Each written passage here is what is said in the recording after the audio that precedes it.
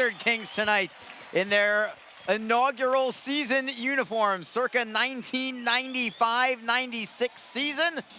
And Reader, unfortunately, I would know that because I was there. First ever game at Jacksonville at Mobile. My first ever broadcasting gig was a Lizard Kings game in this precise uniform. And we are ready to go all kinds of retro tonight and hopefully get a big victory for the Lizard Kings to stay in first place in the South Division. This is a critical one. It certainly is. Cold-blooded hockey is back, Arlie, and the Veterans Memorial Arena being transformed for tonight and tomorrow back into the Reptilian Pavilion. Yes. Hey, the stakes, hey, if that wasn't exciting enough, the stakes are even higher in this game right here tonight. Top two teams in the division. Both teams know what's at stake here. They don't like each other a whole lot. They're neck and neck in the standings, and these guys right now are really fired up for this matchup here because it's really the battle for first place as it stands here at the end of the night on February 25th. If you happen to be listening on Mixer as opposed to watching on Flow Hockey, I'll try and give you a description of these uniforms. They are mostly almost a foresty kind of green, but with a leafy green scaling kind of pattern on it, with the old school Lizard King logo on it. This is a different uniform than last year's Lizard King night, which was closer to around the 1998 era of the Lizard Kings. So this is a little more old school even than last year, and they're gonna wear the same uniforms tomorrow as well. It's Lizard King weekend this time as opposed to last year when it was just the one game. Yeah, absolutely. It was such a hit last year and everybody's so excited. They've been looking forward to this matchup this weekend in general to be able to see the team don the jerseys and had that throwback. Or people, they love the Lizard Kings and what it brought.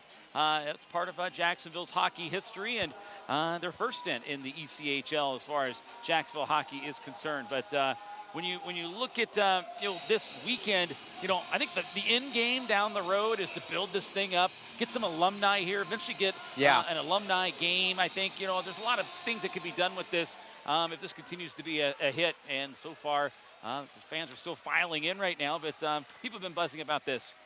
We just had an icing call just seconds in against Jacksonville, so we are underway. Florida in their gray uniforms, but they've got green pants, numbers, and helmets. So there's a ton of green on the ice tonight, but pretty easy to tell who is who here with the gray uniforms of Florida and the green of the Jacksonville Lizard Kings this evening. Yeah, if you're used to watching Everblades games, you might be a little taken off for a second. Whoa, because I know they have the green jerseys as well, but it's the Icemen donning that here. Excuse me, the Lizard Kings donning that here tonight. Shot bounces on net. Broussard had to make a tricky save, and it comes loose and a score for the Everblades. A bouncing puck goes right to Jake Jaremko, and just 13 seconds in, it's already 1-0 Everblades, as Jake Jaremko, who has done some damage against Jacksonville this season, has done so again.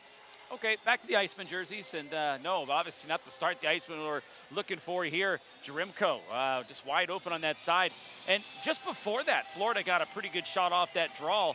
And so how big was that icing early in this game, Arlie? It gave them that face-off. They got an initial shot and then got another crank from a tough angled shot. The rebound just kicked out to Jaremko, and it was wide open. Nobody picked him up, and he stuffed it home. Easy goal for the Everblades right out of the gates, 13 seconds in. Ben Masella and John McCarron will assist. Now it's Jacksonville with a chance right in front, but unable to get the shot away was Abbott Gerdukis. Zach Berzola is back in action for the Icemen, or excuse me, for the Lizard Kings. I'll probably do that a half dozen times at least tonight. Meanwhile, it's Florida with another chance and a penalty coming. Who's this gonna be on? Not sure if it was on the shot or if it was off the play.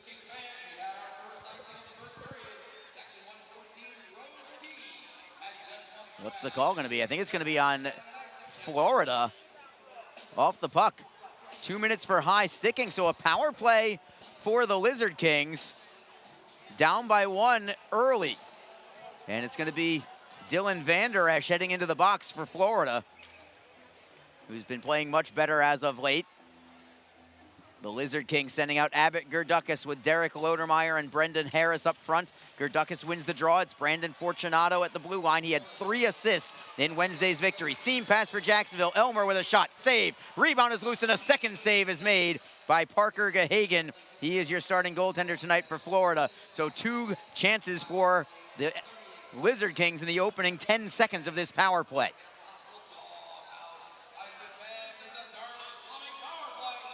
Lizard Kings on the power play this year, 16th in the league at 18.8%. Reader, they're 5 for their last 9. Interesting with the penalty kills as these two teams are both in a tie for first best penalty kill in the league for each of them at 85.0%. Yeah, it's a good matchup here. The Everblades, though, are first overall in the league on the penalty kill on the road at 88%. So pretty good numbers here for this club. Both teams have been good on the on the penalty kill this season. Lizard Kings with it behind their own net after a Florida clear. It is Brandon Fortunato with some speed through center ice. Clean entry into the zone. He'll flip it to the right for Gerdukis. Cross ice with space. It's Elmer in the slot. Tips away from a man, and it's stolen by Florida. Great back check from Abbott Gerdukis, not allowing Joe Pendenza what would have been a breakaway the other way. Yeah, Pendenza, he's got a knack for jumping on those opportunities and getting some shorthanded goals. I think he had one the last time these two teams played down in Estero a few weeks ago. Here's Pendenza again, trying to go shorthanded, but Evingson knocks the puck away from him. Delayed offside, and the Lizard Kings pick it up. Still with 55 seconds to go on the power play. Evingson behind his own net. Second power play unit is now on for Jacksonville. Evingson paired off with Verobe. Long lead pass, trying to get Howardchuk on a home run pass. Jacksonville does take it into the offensive zone. Trying to tap it to the blue line. It is Evingson at the right point. Wrister in a screen. Deflected. Score! Wham! Bam! Boom! It's a power play goal for Ben Howardchuk. It's 1-1. There you go. There is the response for the Lizard Kings. Thank you. But great job there. The Icemen just getting it to the net. Very similar to how Florida got their goal. Just getting it to the net and waiting for the rebound. Here, the Icemen get it a tip. Shot came from up high. And not much the Everblades could have done on that one. Just good execution for the Icemen, or for the Lizard Kings. I'll get it right there in the slot. And just a nice redirect. Perfect there down low and on the stick. So no high stick's going to be challenged here. This one, a clean goal. We are tied at 1. Great response. And we've seen it, Arlie, with these two teams. Special teams always plays a role when these two teams have been played. A lot of the games have been tight. Here's Joe Massa with your goal call. His 11th goal of the season, number 17, Ben Howardchuk. Assisted by number 18, Croy Evingson, and number 29, Craig Martin. Time of the goal, 2 minutes, 3 seconds. Thank you so much, Joe. We'll break down that goal if we get a chance. Meanwhile, a big hit, but the Lizard Kings send it away. Joey Sides took that hit in order to spring Craig Martin into the offensive zone. Now Martin's got some numbers. Looking for Verobe. He shoots it wide, takes it off the end boards, and again shoots it wide. Comes all the way to the left point. A blast from the point is blocked by Florida, and they will skate the other direction. 1-1 hockey game, each scoring in the opening 123 seconds of the game. And let's go back and break down that goal again from the Lizard Kings. Let's start with the play from Croy Evingson at the blue line, Reader, because he didn't have a whole lot of time there. He just wanted to make sure he put it on net. He didn't exactly blast it. He just wanted to flip it, and he took the shot to make it a tippable shot. Just a nice floater in the air. And then from there, it was Ben Howardchuk. You almost never see a deflection go up high on an aerial shot, but that's what Howardchuk did. He had a stick down low, tipped it up high, and went bar down with it. And this is something they work on in practice there at the end. Once they've run, had the team drills and all that, guys are doing the shoot-arounds there. They work on these types of things in the little extra sessions after practice is kind of at its close. So it's something they've worked on, and it paid off big time getting those extra reps and doing so. Francois Brassard just made a key right pad save in traffic. So we stay 1-1. Brassard coming into this game a 2.11 goals against average. That is second overall in the entire ECHL if it qualified, but he hasn't played enough games to qualify. Just barely, though. I imagine maybe in another week or two, Brassard's numbers may very well qualify for statistics. Meanwhile, it's Jacksonville back in the zone, but a pass looking from Elmer for Howardchuk gets ridden off the play. Howardchuk with a big hit on Pendenza as the Everblades take it through center ice. Yeah, Pendenza at that time, I think he felt it coming. He did the old duck move there and was able to kind of like quell a little bit of that blow there, but good job there by Howardchuk. Penalty coming on Florida again. Zach Berzola gets tripped up this time. I think it's going to be Michael Neville heading into the box, and then after the play, the Florida player goes after Ben Howardchuk. That was Pendenza. He didn't like the hit that Howardchuk gave him at the Florida blue line, and now Howardchuk's playing the coy route, saying, I didn't do anything. As Pendenza was trying to get him into the penalty box, but Howardchuk just skates away. And it looks like it will be another power play for the Lizard Kings. Already 1-for-1 with the man advantage. Yeah, an opportunity to try to grab the lead here in this game. And again, you know, that little skirmish that we just saw early, I would expect to see a lot of that here tonight as this game wears on. These two teams don't have a lot of love for one another. They haven't for a few years now. But obviously, when you look at what's at stake tonight, the top two teams in the South Division, again, we said it in the start of the broadcast. They know what this is about, and the intensity is just going to only increase as this game goes on. Every little hit, every little push and shove is going to magnify until the pot finally boils over. I expect Florida to do more of that post-whistle pushing and shoving than Jacksonville will, trying to get under the skin of the Lizard Kings. But that's some tough skin that the Lizard Kings have these days. Yeah, look at the scales on those That's jerseys. right. I mean, it's going to be tough to penetrate and get through. Lizards and Gators, so it's tough to get through either of them for that matter. Yeah, you're right. Jacksonville back on the power play, already 1 for 1. Fortunato with a wrister just over the crossbar. Didn't miss by much. I don't think Gahagan ever saw it. Centering feed from Jacksonville. It is stolen by Jake McLaughlin, and Florida will play it behind the Jacksonville net. Fortunato through center ice. Drop pass for Elmer, trying to utilize his speed. He's got plenty of it. He's over the blue line onside. He'll rim it around to the left side. Lodermeyer lets it go, but Fortunato wasn't at his point position yet. So Jacksonville has to reset at center. It's Abbott Gerdukas now, shifting from right to left. He gains the line, beats a man, moves it into the slot for Lodermeyer. Lodermeyer back to the blue line. Cross ice, it is Harris. To the left side, it's Evingson. Backhand sauce. It is Elmer, cross ice, deflected into the slot, shot on goal, save made by Gahagan. That was a quick reaction there from Gahagan, just getting a piece with the pad. Harris at the dot, into the bumper, deflected away by Florida, not cleared yet, gloving it away as Jacksonville, but Elmer can't touch the puck because it would be a hand pass. I think they're gonna have to play it. No, Florida finally does play it, and it's gonna be a clear in by the Everblades. Big hit there from Florida. McDonald on Evingson. Another man goes down for Jacksonville, but getting back up is Martin.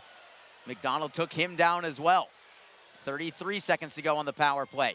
Evingson, who had a primary assist on Jacksonville's goal, gets it to the blue line, but no further. Evingson now knocked it out of midair at center ice to prevent a 180-foot clear. Howardchuk avoids a hit from Sambrook. Newberg tries to clear, but Martin holds it in. Martin with a wrister that is deflected high off glass, and it comes all the way to center ice, and Florida still has possession. It is John McCarron, their team captain, all by himself for now. Waits for help, and he'll play it down low. That should just about do it as Florida gets a steal now in the offensive zone. Trying to center, it comes in front, deflects up high. Florida has it. Shot deflects towards Brassard. He will make the easy save as teams return to full strength, and we will go to break. Already some fireworks in this one. It is a 1-1 hockey game. This is Jacksonville Icemen hockey, or tonight, Jacksonville Lizard Kings hockey on flowhockey.tv and on Mixlr.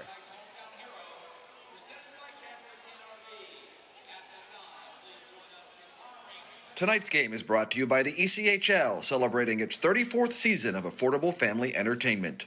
The ECHL would like to recognize the following league sponsors: AMI Graphics, official signage provider; Athletic Knit, official jersey supplier; Baron Rings, official championship ring supplier; BFL Canada Insurance and Sutton Special Risk, sponsors of the 2022 ECHL Hall of Fame induction ceremony; Flow Sports, the exclusive streaming provider of the ECHL; Geico, official auto insurance of the ECHL; The Fairley Group, official commercial insurance provider; Handbid, the official mobile auction app; Honig's, the official partner of the ECHL officiating team; Howie's Hockey Tape, official hockey tape and lace provider; In Glasgow, official puck provider; My Grey Group, your source for game-worn jerseys; Sideline Swap, official online marketplace of the ECHL; and Warrior, exclusive on-ice equipment provider of the ECHL and title sponsor of the 2022 ECHL All-Star Classic.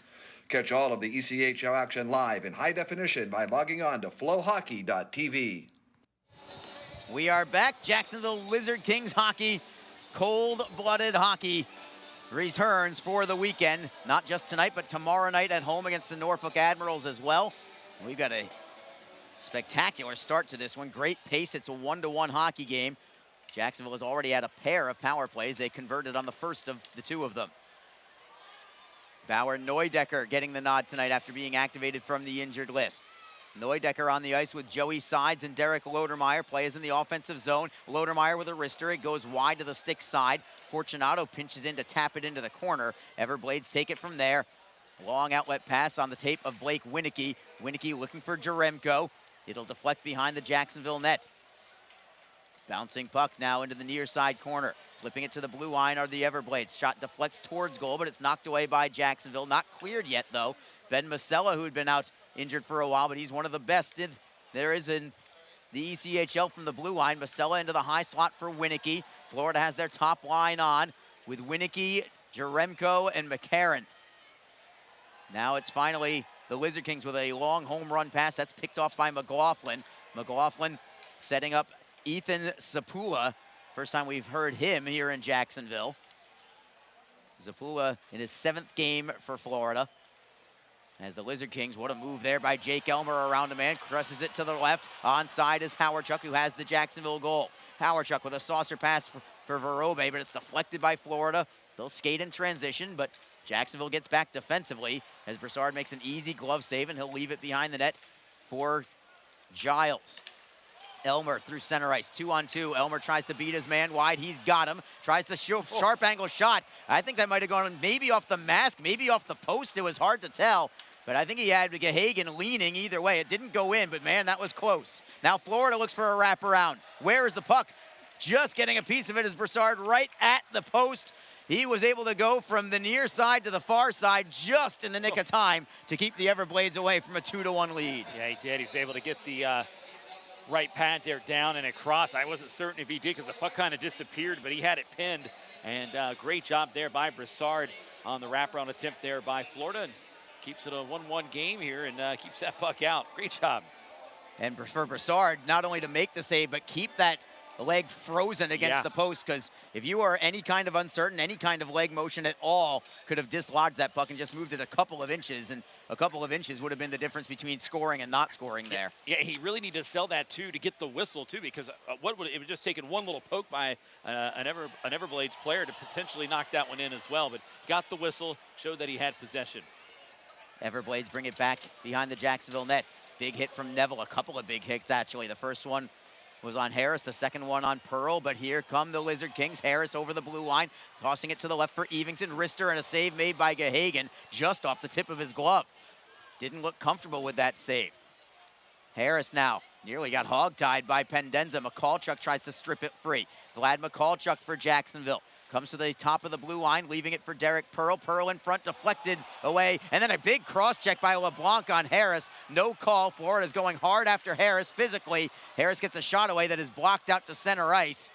He got crushed on that cross-check, and here comes Jacksonville right back in. Berzola chips and chases after it himself.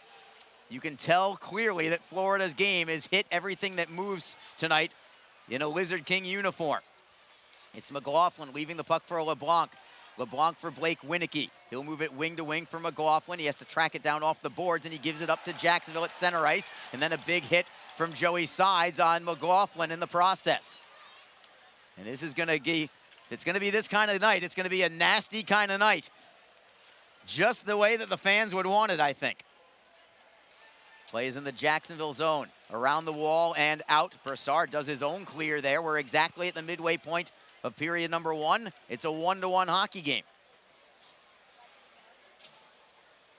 Ben Masella controls for Florida behind his own net. He's just standing there. Luke Lynch waiting to the left.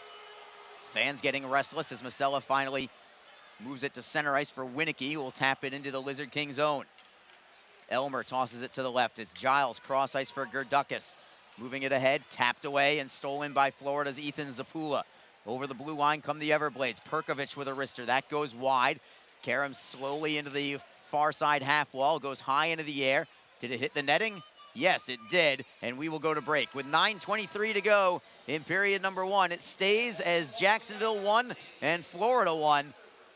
We'll be back in just a moment. This is Jacksonville Lizard Kings hockey tonight on flowhockey.tv and on Mixlr. Don't forget, this game is being streamed live around the world today. Go to flowhockey.tv to catch all of the Iceman action and archived footage of the event. Flow Hockey is the live streaming home for the Icemen. Get the Flow Sports iOS and Android apps to watch the event live and on the go. Upgrade to a pro subscription, and you can gain access to premium content on all Flow Sports sites. This includes more than 1,000 live events, original documentaries, exclusive training, and technique videos, and much more.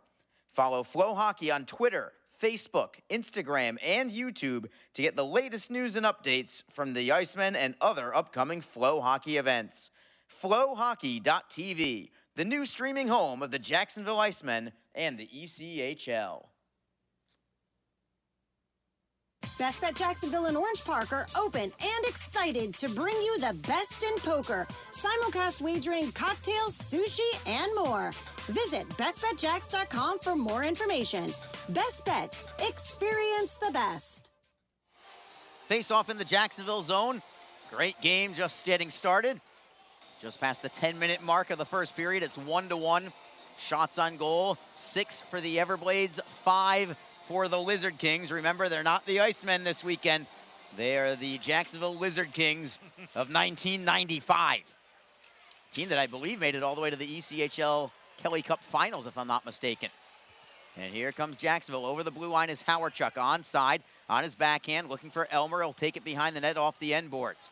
McLaughlin dislodges him from the puck. He'll start the rush to the left for Newber. Newber gives it up, and it's Gerdukas back into his own zone for Pearl. Pearl chips it ahead, bouncing at the red line. McLaughlin taps it away, only to give it up to Abbott. Gerdukas for Jacksonville. Gerdukas for Elmer, quickly across ice. Evenson cannot pull the trigger on the shot. He was in a great scoring position, but he never could get the release. Lost it in his blade somehow. And Florida will play it out to center ice. Nobody for Jacksonville could touch it. It would have been too many men on the ice. So smartly done there by the Lizard Kings. Pavel Verobe off the wall for Lodermeyer. Tripped up on the play. Everblades in transition. Pendenza to the right side. Wrister on goal. Glove save made by Broussard. It was a beauty. That was blistering from about 35 feet out, but Broussard goes up high with the glove to make the save.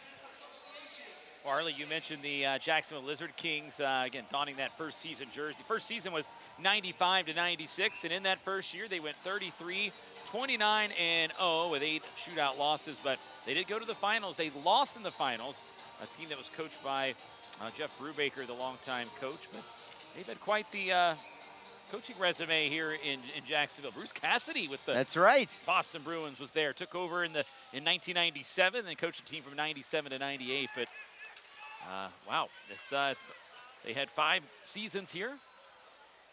Only 5. Only 5 from 95 to the 2000 till 2000, let's say. Interesting. And that was the first stint of ECHL hockey in the city of Jacksonville. That's right. I remember Jacksonville from year one not being sensational. I believe they were the last team to get into the playoffs that year, if I'm not mistaken, but they caught fire when it mattered. Made it all the way to the finals before losing. I feel like they lost to either Hampton Roads, maybe Richmond, something like that. Memory's a little foggy these days now that I'm eligible for AARP reader. Florida through center ice. Joe Pendenza over the blue line on the right, going wide on Verobe, centering pass, score. And the Everblades have regained the lead. It's Michael Neville with the goal. Neville's 4th of the year, and he had a couple of them earlier this week, so he is playing his best hockey of the season. 7:58 to go in the first, and it's 2-1 Florida. And Michael Neville, he's just a guy that plays with a lot of heart, a lot of grit, and he goes to those tough areas. And there he goes, just crashing the net. Even though he had a man tying him up, he was able to get the stick down. Good pass came from the corner, and he just got a piece of it there at the top of the crease, slid it low underneath the pad there of Broussard. And it was the Everblades getting this go-ahead marker, their second lead of the game, on a good effort there by Neville, and that's the kind of game he plays. Jacksonville, who's already come from 1 goal down, will look to do it again. Assisting on that play, Joe Pendenza along with Dylan Van Der Esch. You want to be careful against Florida. You definitely do not want to fall behind by more than a goal to this team. As Elmer beats his man wide, cuts to the right side, centering pass deflected away. Goes off the glove of McCarron. Jacksonville cannot get the loose puck. It is Florida trying to backhand it ahead. They do get it to center ice. Fans looking for something, I think, behind the play that I didn't see, but there was a little bit of a restless groan from the good crowd here on a Friday night. Everblades at center. Jake McLaughlin. He'll wrist it around. Broussard leaves it there. Lets it go around the boards. Florida's first on the puck. They had a man open cutting towards net, but they couldn't get the pass away. Jacksonville getting it back, comes to the left side. Lodermeyer tapping it away from one man, setting Mikulchuk on his way. Mikulchuk defended by McLaughlin, and the shot is deflected into the near side boards. Harris got knocked off the puck, and it's McLaughlin in possession. McLaughlin over the blue line on the right. Drop pass on net with a shot from distance. Easy save there for Broussard. He'll hang on and take the faceoff to his left. 2-1 Florida. It's been very entertaining, but the Everblades have played very well. They have come to play tonight. Look, I mean, it's a big game for Jacksonville. It's probably even bigger for Florida, Reader. Yeah, it is, just because, you know, they're that team that's just behind Jacksonville. And, you know, again, we talk about these 4-point swings and really how, especially with the percentage and how that stuff can add up to and equate to. So, again, you know, they get up, they maybe get right mixed up and get tied up here with the team. And if not, if it's a win in regulation for Jacksonville, then Florida falls a little bit further behind. So, again, when you're always behind, you want to catch up. So it's a little bit tougher, or a little bit bigger, I would say, in that regard. Puck goes out of play. LeBlanc with a left hand on Derek Lodermeyer after the whistle. LeBlanc is going to take every advantage and push the envelope every chance that he can. And for Jacksonville against Florida this year, every game has been Nick Kentucky. We're talking about regulation wins and all that, where there have not been many regulation wins for either team in this series. They've played each other 6 times this year. Jacksonville is 5-1 against Florida, and that's great, and that's the good news. But the Everblades, if you want to spin it the opposite way, the Everblades haven't lost in 5 straight games in regulation to Jacksonville. Yeah, I mean, that's it. I mean, when they're losing, they're still getting points, and that's all right for them. Yeah, and it's gonna. I think they would take that if they know they can't win. If you're gonna get that loss, hey, get the points there. Again, this way it's been though. Every game seems to be so tight. We talk about the special teams, and that's really just because of how tight these games traditionally are between these two teams. So we'll see how that plays out. Still got plenty of time to go here. 6:11 to go in the first period. And even looking at both teams, the Lizard Kings have won 6 in a row. And then looking at Florida, they're unbeaten in their last 6 in regulation. So both teams hot at the right time. These two, along with Atlanta, will put them in the mix as well. Those 3 teams really seem to be separating away from here. Florida has a breakaway, getting a shot towards goal. Broussard got a piece of it. I think overskating the puck actually was Van Der Esch. And now it's Jacksonville trying to skate the other way. Elmer's pass is blocked. And Winicky moves it cross ice for Jaremko. That's a good outlet pass. Drop pass for McCarron. Steps around a man. He'll walk in. Goes to the backhand. Tries to work it in front. And it's loose in front. Can the Everblades get to it? No. McLaughlin with a shot. That goes wide. As Florida's looking for more offensively. Already on top 2-1. McLaughlin in a big collision with Zach Berzola. McLaughlin wins the battle behind the Jacksonville net. Tries to find a trailer. It's deflected away. Comes loose for Jacksonville. Elmer, can he set a man to head? No, it's just blocked by Masella. Howardchuk would have had a breakaway. Back comes Florida. It's Winicky on the left side. Drop pass for Jaremko. His pass is blocked. And here come the Lizard Kings. Fortunato with Harris. That's going to be offside. It's against Jacksonville. And we will take a break, as Florida very nearly made it a 3-1 game. Francois Broussard sprawling on his belly to keep that one out. It's 2-1 Everblades. This is Jacksonville Lizard Kings hockey. When you're feeling the freeze, you can grab your Icemen gear at the Icemen Team Shop. Just visit JacksonvilleIcemen.com/merch to visit our online store. You can purchase Icemen team jerseys, t-shirts, hats, pucks, kids gear, and much more. If you're at the game, you can also stop by our merchandise kiosk located in the arena concourse. If you're located out of town but want to show your support for the Icemen from afar, shipping options are available. So visit JacksonvilleIcemen.com/merch to get your Icemen swag today. Just be confident. Community First makes smarter banking simple so you can relax, knowing you're managing your money the right way, yours. Visit justbeyourself.com. Community First Credit Union. Just be yourself. Federally insured by NCUA. Along with Alex Reed, Arlie Johnson with you tonight in downtown Jacksonville. The Jacksonville Lizard Kings tonight. I have to keep saying that over and over again. I'm putting my over under on how many times I say Icemen at about 6.5 tonight. But I'm going to go for the under. I'm working on the under. We're going to get a fine jar here every time you say Iceman, you just throw it in there.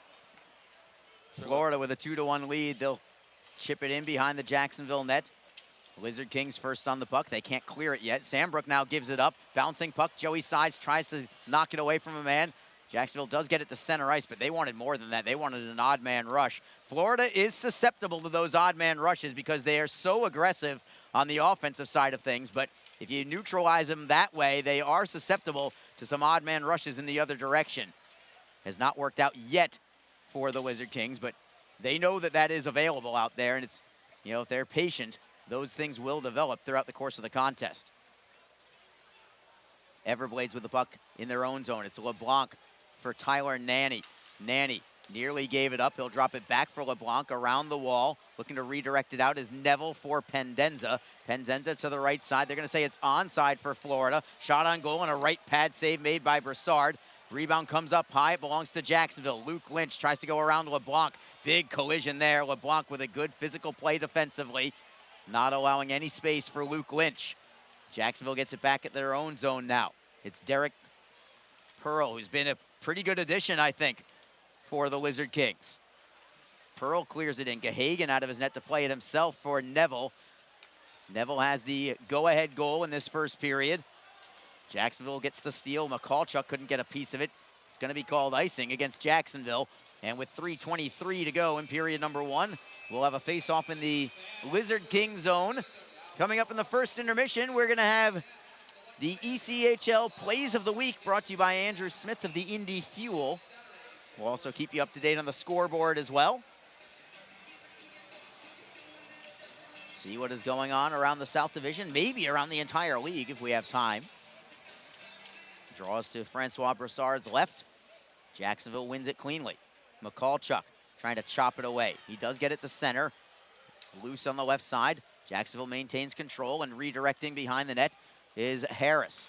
Florida on the puck first. Masella tapping it to the right side. Comes up the wall. McCarron tries to knock it out. It is blocked there by Fortunato, held in the zone. Now it's McCallchuk getting a piece of it, but he can't keep it in either. And Blake Winicky will deflect to the right side of Brassard. Zach Berzola on the puck. Good touch pass for Brandon Fortunato behind his net.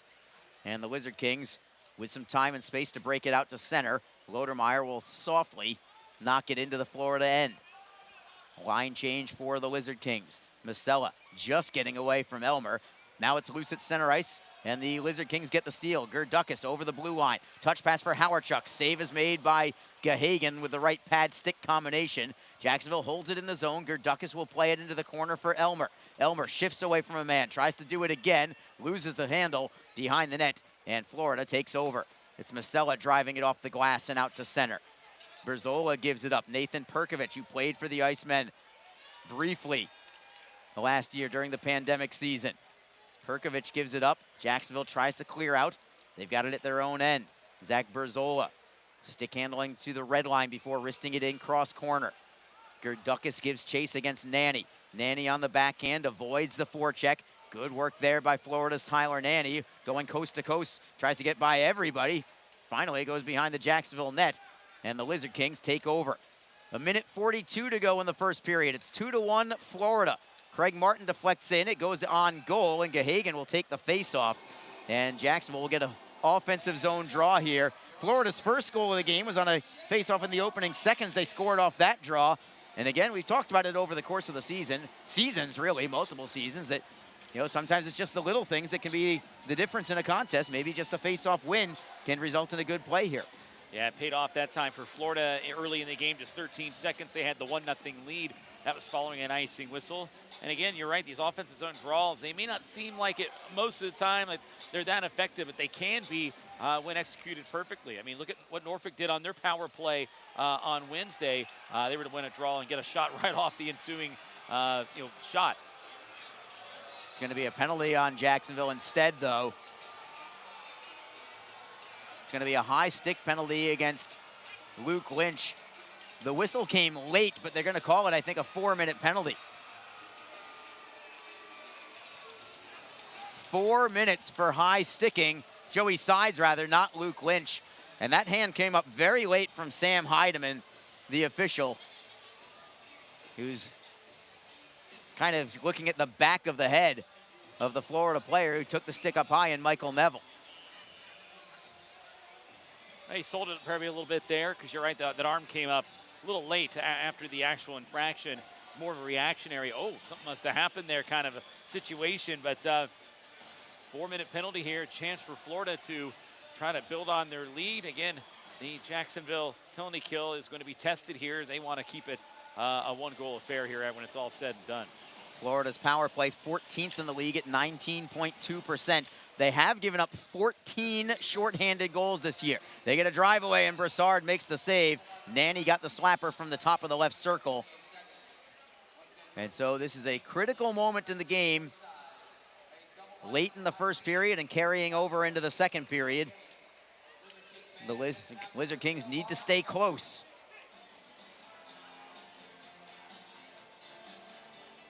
Faceoff will come to the right of Brassard as Florida has outshot the Lizard Kings in this first period, 15-7 thus far. It's a lot of shots for Jacksonville to give up. They're not accustomed to giving up that many shots.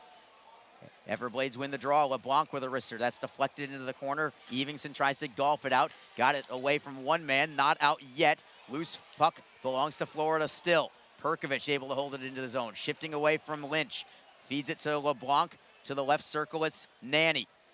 Nanny is defended by Giles. Cutting towards the net is Perkovic. Tries to get a centering feed. It's knocked into the corner by Jacksonville, but not out. Nanny down below, all the way up high to the blue line. LeBlanc, slap shot, save is made. Rebound is loose. It bounces over the crossbar. Stays in play. Jacksonville desperately looking for a clear here. They do not get it. 48 seconds left in the period. Florida still has the puck. Seam pass for Nanny. Cannot get the shot away. Tripped up on the play. Penalty coming. It's on Jacksonville. It's going to be tripping on the goaltender. Francois Brassard is going to get called for tripping, and the crowd is incensed. It's going to be a 5-on-3 for a full 2 minutes. Well, Brassard was simply just trying to stick his stick out to corral the puck, and Nanny, who was crashing the net hard, tripped right over his stick. So, I mean, they say you're responsible for your stick, but you got to let the goaltender have an opportunity to, use it to make a save and get possession of it as well. So that's a touchy situation. How do you interpret that? Very dicey. You look at the replay here. And Nanny was going hard. He bobbled the puck, and then he got it. He just continued to skate. And, of course, the puck was well out of the reach of Brassard. It was really Brassard's leg more than his stick. He was just going down butterfly, and Nanny tripped over the butterfly. So a questionable call, let's say, but Jacksonville has to deal with it. It's not about what the call is, it's about how you handle it, and unfortunately for the Lizard Kings, they have to handle this. Florida on a 2-man advantage for a full 2 minutes. There's only 35 seconds left in the period. Let's see what happens in this first period, and then we'll take it from there. Florida with possession as well. They won the draw. Nanny in the high slot. Wrister. Glove save made by Brassard. And no rebound. 25.8 seconds to go in this period. Well, if Jacksonville can get out of this jam here, they can survive the next 25.8 seconds. They can go into the break. Then the second period starts with a face-off out at center. That'll help take a little bit of that time off on the 2-man advantage. And it was Jacksonville that had to face a similar situation, 5-on-3, down in Estero a couple of weeks ago in overtime for 1:46. They were able to kill it off. They're going to be asked to do it here in a pretty key situation with it just being a 1-goal game. Big draw, Florida. Jacksonville actually won it, but they couldn't clear it. Florida has it. It is Winicky for Nanny. Slap shot. I think Brassard got a piece of it. 13 seconds to go in the period. Can Jacksonville get to the locker room? Nanny at the left circle. 8 seconds to go. It is McCarron in the slot. Shot deflects wide. Florida has it behind the net. Centering pass. Brassard will handle it and get the face-off. 0.9 seconds on the clock.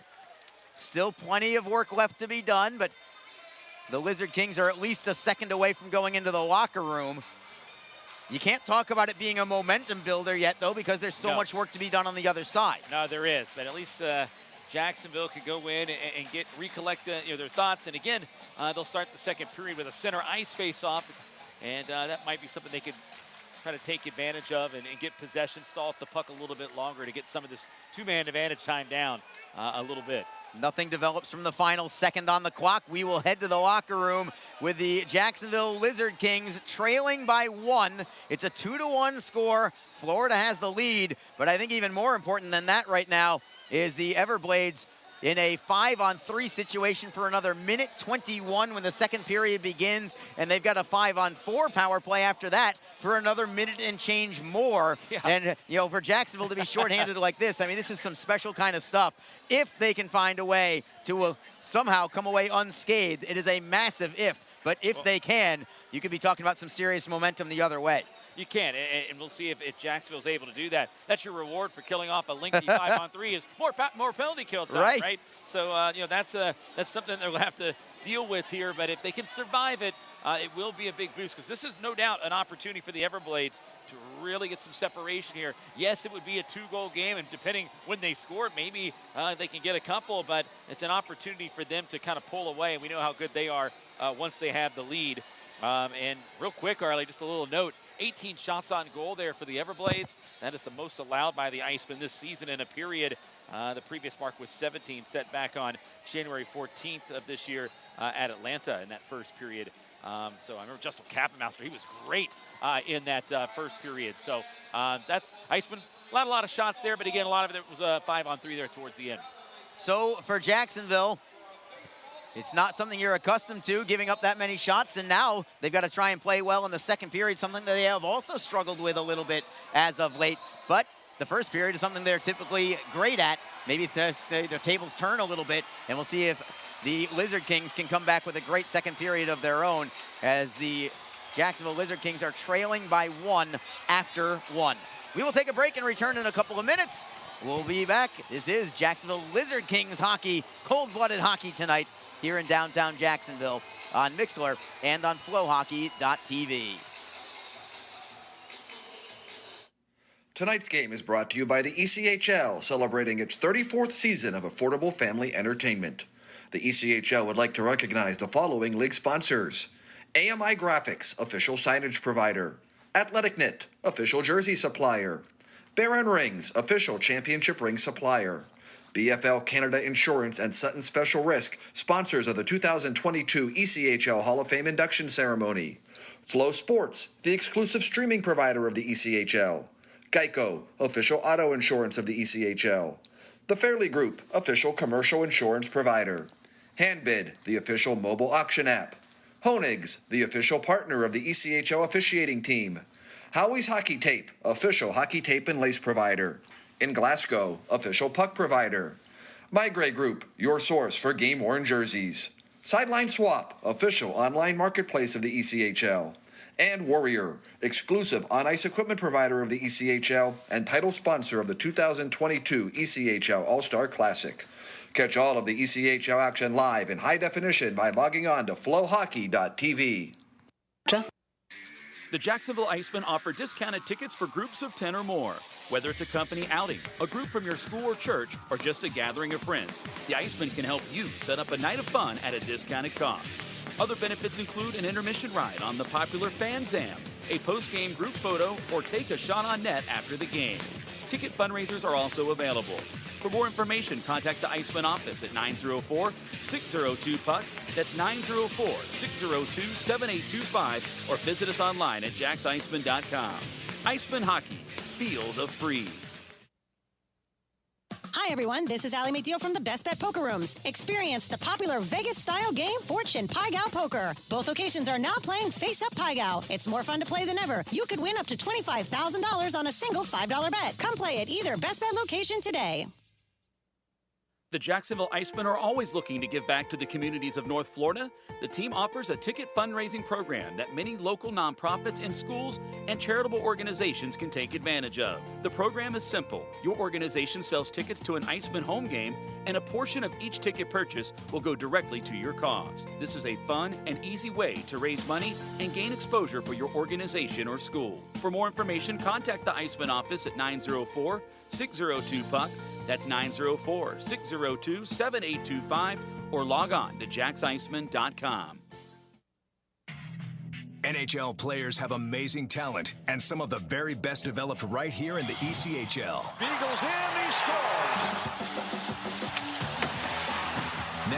Follow all your favorite ECHL alumni every night on NHL Network's primetime hockey show, NHL Tonight. Both teams recognize how big this matchup is. Fire save by Dubin. Rebound! Goosebump stuff. NHL Tonight, every night 6 Eastern on NHL Network. What is your role in the fight against cancer? The answer could be as simple as driving your car. For many cancer patients, getting to and from treatment is one of their toughest challenges. The American Cancer Society needs volunteer drivers to help provide transportation for people in your community. Through the gift of a lift in your car, you can help patients take one more step in the road to recovery. Get in the driver's seat in the fight against cancer. To find out more, call your American Cancer Society at 1-800-227-2345 or visit cancer.org. Ever wish we could get a new house? Yes, and Community First is freezing mortgage rates for up to 75 days, and they pay closing costs. Ever wish we didn't hire your cousin to fix our leaky roof? Just keep mopping. Ready for a new home? The home team at Community First can help by freezing mortgage rates for up to 75 days and paying your closing costs. Learn more at communityfirstfl.org. Community First, love where you bank. Equal housing lender. From across America's premier AA hockey league, this is the ECHL Plays of the Week. High slot, slap shot, off the glove, and in! Now for the net, he scores! Slip that out to the blue line, shot, score! Rodney scores! Let's rewrite the record book! It's a hat trick. Skates in over the line, Deeks shoots, in the slot, shot, save, game is over! Greetings, hockey fans, and welcome to another edition of the ECHL Plays of the Week. I am Andrew Smith, the voice of the Indy Fuel, and your guide for this week's top plays from around North America's premier AA hockey league. We begin our tour around the league in Cincinnati, where the Cyclones got a pleasant surprise Friday morning when goaltender Michael Hauser was returned to the team for the first time since November. Hauser had recently signed an NHL contract with the Buffalo Sabres and went 2-0 at the game's highest level this season, picking up wins over the Ottawa Senators and Philadelphia Flyers in January. The veteran keeper was thrown into Friday's game against the Tulsa Oilers and went toe-to-toe with Jack Doremus on a penalty shot. Jack Doremus, 20 goals on the season. That's tied for third best in the ECHL. He picks the puck up, cutting left on the penalty shot. Doremus now backhander, and he's denied by Michael Hauser. A massive penalty shot save from Hauser back from the Buffalo Sabres. That was Andrew Mossbrooks with the call on the Cyclones broadcast network. Hauser finished the game with 27 saves and helped the Cyclones to a 5-2 victory. The Iowa Heartlanders have played above 500 hockey for the last 3 months, and the team's youngest pieces have become key contributors. One of those, rookies Adrian Beraldo, now leads active Iowa Blue Liners in goals and points. Laces one down, left circle. Bennett, back to the blue line for Adrian. A crank, he scores! Oh man, a rifle! Adrian Beraldo, it's 4-2. And Adrian Beraldo from the left wing blue line from way downtown, the suburbs of Portage for that bomb. Beraldo's crank provided important insurance for the Heartlanders in their 5-2 victory over the Kalamazoo Wings on Saturday. That's David Fine with a call on the Heartlanders broadcast network. The Wichita Thunder have been on quite the roll as of late, and one player that has been a major factor is rookie forward Logan Fredericks. On Friday night, he got the Thunder on the board just 2 minutes into the game with his highlight reel goal in Wichita's 4-3 victory over the Allen Americans. Here's Jason Malz with the call on the Thunder Radio Network on the Field Pass Hockey app. Vance gets to a loose puck, plays it on the near side. And now with possession is Logan Fredericks. Right side to center, comes down the middle lane, makes a nice move, gets to his forehand, and he puts it under the arm of Parasini and scores!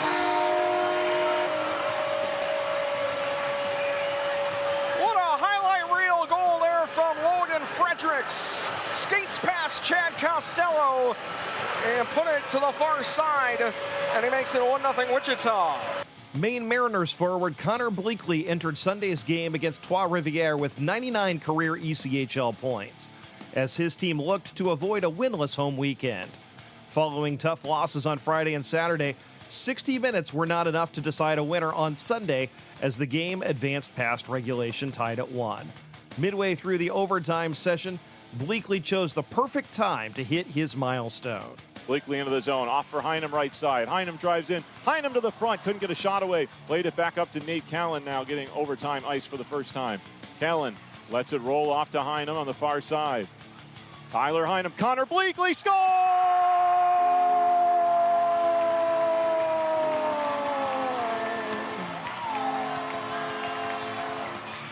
Connor Bleakley gets his 100th career ECHL point in style. A one-time bullet to win it in overtime. The Mariners beat the Lions 2-1. That's Michael Keeley on the Mariners Broadcast Network. The Mariners and the Lions have gone to extra time in 6 of their 13 meetings this season, with the Mariners winning the last 3.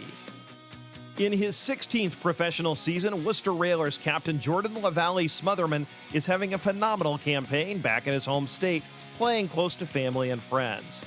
LaValle Smotherman scored his league-leading 22nd goal of the year Monday afternoon in a 5-4 loss at Utah. Railers back deep in their own end. Osmanski takes control for Worcester. With some time and space, he'll shake his way out through center. Now across the attacking line. Right circle, LaValle Smotherman unloads a drive. Ricochets off the back wall. Now Coughlin activating behind the cage in front. LaValle Smotherman, he scores! The 22nd goal this season for the Railers captain, Jordan LaValle Smotherman, receiving a feed from Liam Coughlin behind the net, and LaValle Smotherman from the high slot, a one-timer, beats Peyton Jones, low near side, and the Railers take a 1-0 lead with 9:25 to go in the opening period. That was Cam McGuire with the call on 98.9 Nash Icon, the Railers radio network. Heading into the week, LaValle Smotherman is tied for second in the ECHL with 22 goals. The Florida Everblades sit in second place in the South Division after taking 5 of a possible 6 points last week, including a 2-game sweep of the South Carolina Stingrays. On Saturday, Everblades forward Dylan Vander Esch scored a pair of goals to lead Florida to a 4-3 victory. It's worked along the far side boards and back to the blue line. It's taken back by the Blades, and it's a 2-on-1 break. Vander Esch moving in, shooting, he scores! That was Mike Kelly on the Everblades Broadcast Network. Nobody in the ECHL is hotter than Cody Sylvester is right now for the Atlanta Gladiators. After a 4-point night with 2 goals last Sunday against Greenville, Sylvester has now lit the lamp in 7 consecutive games, the longest goal streak in the league this season. He owns a 6-game goal streak from earlier in the campaign as well, giving him 2 of the 4 longest such streaks in the ECHL. Here is his first goal from Atlanta's 5-1 victory over Greenville last Sunday. Topadage walks the line, turns, shoots, save in front. Neely looking for the rebound. It's cleaned up by Beauchamp, but not out of the zone. Atlanta holds it in. Sylvester high slot, shoots, and scores! Cody Sylvester takes the top right corner, and it's 3-0. That was Mike Folta on the Gladiators Broadcast Network. We finish our tour around the ECHL with a thriller in Orlando. Through 67 minutes of regulation and overtime, Orlando's Brad Barone had turned aside everything the Indy Fuel had thrown his way, as had Indy's Justin Kappelmaster in a double shutout. The game ultimately came down to Barone making 2 critical stops in the shootout on the Fuel's Jared Thomas and Darian Craighead. Thomas takes over. Right side, moving in on Barone. Winds, drives, glove save Barone. Nothing doing there. And the Fuel must score here to keep this one going. It'll be Darian Craighead in on Barone. Barone for the game. Craighead left circle, moves in, fires, misses. Solar Bears win. Your final score, 1-0 in the shootouts. That's Jesse Liebman on the Solar Bears Broadcast Network. It was Barone's second shutout of the season. He now leads the ECHL with 18 wins entering this week. That'll do it for this week's ECHL Plays of the Week. Thanks for tuning in. Remember to enjoy all of the live action from across the ECHL on Flow Hockey. I am the Indy Fuel's Andrew Smith, wishing you a great week and great hockey.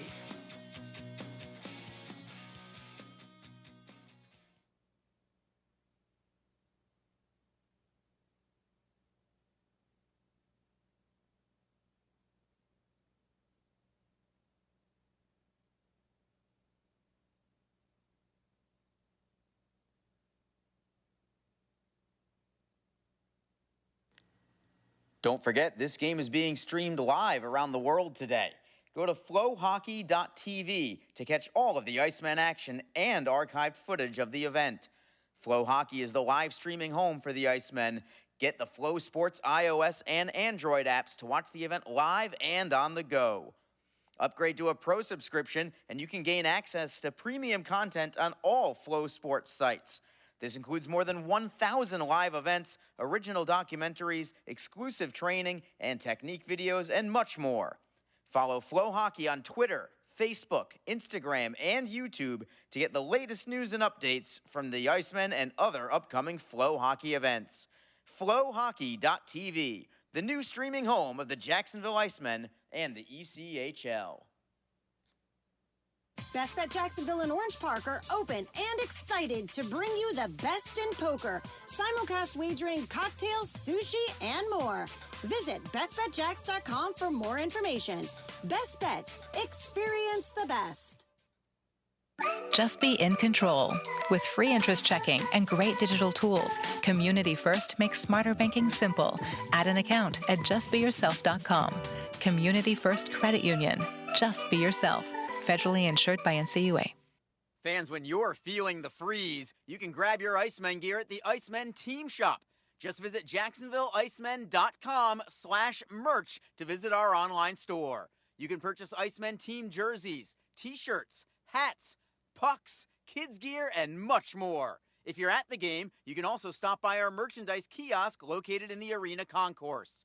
If you're located out of town but want to show your support for the Icemen from afar, shipping options are available. So visit jacksonvilleicemen.com/merch to get your Icemen swag today.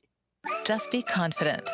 Community First makes smarter banking simple so you can relax, knowing you're managing your money the right way. Yours. Visit justbeyourself.com. Community First Credit Union. Just be yourself. Federally insured by NCUA. The Jacksonville Icemen offer discounted tickets for groups of 10 or more. Whether it's a company outing, a group from your school or church, or just a gathering of friends, the Icemen can help you set up a night of fun at a discounted cost. Other benefits include an intermission ride on the popular Fan Zam, a post-game group photo, or take a shot on net after the game. Ticket fundraisers are also available. For more information, contact the Icemen office at 904-602-PUCK. That's 904-602-7825, or visit us online at jacksicemen.com. Icemen Hockey. Feel the freeze. Hi, everyone. This is Allie McDeal from the Best Bet Poker Rooms. Experience the popular Vegas-style game Fortune Pai Gow Poker. Both locations are now playing Face-Up Pai Gow. It's more fun to play than ever. You could win up to $25,000 on a single $5 bet. Come play at either Best Bet location today. We are back. Arlie Johnson with you in downtown Jacksonville. It's Jacksonville Lizard Kings weekend. The Lizard Kings are trailing the Florida Everblades, however, 2-1. And Jacksonville is not out of the woods yet, as they are down 2 men when the second period begins for a decent length of time, for 1:20 on the clock. And even after that, Florida will remain on the power play for another 1:08 following that, because the way that the penalties went was a double minor, and that was followed by a tripping penalty to the goaltender, Francois Brassard. A questionable call at that. So that has put the Lizard Kings in this particular predicament. About the only thing that went Jacksonville's way is that the period ended to break up this 5-on-3 power play time. So at least the faceoff has to come out to center ice, and that might kill off maybe another 5-10 seconds or so before Florida gets it back in the offensive zone, and here we go. Everblades take the faceoff. They are immediately into the zone. Winicky curls on a man, gives it up briefly. Lodermeyer gets a piece. It comes free to Jacksonville. They will clear it out to center, but it goes off a Florida player in the bench. And it's going to be a face-off. Did it go off the referee and then the Florida player? That's the question. And that could be the difference between an offensive zone draw or a neutral ice draw. So what's the call going to be here? All the officials are huddling up over it right now, because I think they are saying that it went off the linesman first, and the linesman was in the neutral zone. And the faceoff does come out to center ice because of it as we bring Alex Reed back in. That's a big call there from the officials, Reader. Yeah, it is, because it brings the faceoff outside the zone, and it will make the Everblades have to not only win the draw here, and they're going to have to regain entry into the zone and get set back up. So it's a big time there. And Jacksonville having a tough time with the faceoff so far here. They haven't really won one on these penalty kills here today. So, but either way, Florida's got to rush back in. Everblades are back into the zone, still on a 5-on-3 for another 55 seconds. Can Jacksonville kill it off? Nanny at the blue line for McCarron at the left circle. Now he'll curl to the high slot. Moves it to the left side. Nanny with a blast. He's got a good shot, but Broussard with a great save. More importantly, no rebound as he caught that one up high on the left shoulder and just had it drop into his glove. And another draw here for Jacksonville. And you're right, Rita, Jacksonville has not been great on the draws tonight, but another opportunity to win one and clear the puck. Yeah, now the faceoff comes into the zone here. But again, that was an outside shot there, and Broussard kind of mapped that one out. So it was a good job by Jacksonville. Not allow anything in the middle here. Keep everything here to the outside, and that's what I need to try to focus on. Everblades win another one. Nanny in the high slot to the left for McCarron. Nobody near him. Giles defends. McCarron gets a shot. Right arm save made by Broussard. McCarron gets his own rebound. 32 seconds left on the two-man advantage for Florida. Pendenza playing it down low for Winicky. Winicky skates away from a man. Nanny moves it cross ice. Knocked away. Giles on his forehand. Can he clear it? No. Florida gets it back. They'll play it to the circle. Winicky plays it into the corner. It is McCarron. Deflected by Giles, but not out. 13 seconds left on the 5-on-3. Nanny has a pass deflected off a skate. It stays in the zone for Pendenza. Nanny with a one-timer. He blisters it wide. Comes off the end boards. Pendenza gets back for Florida. Poke check from Jacksonville.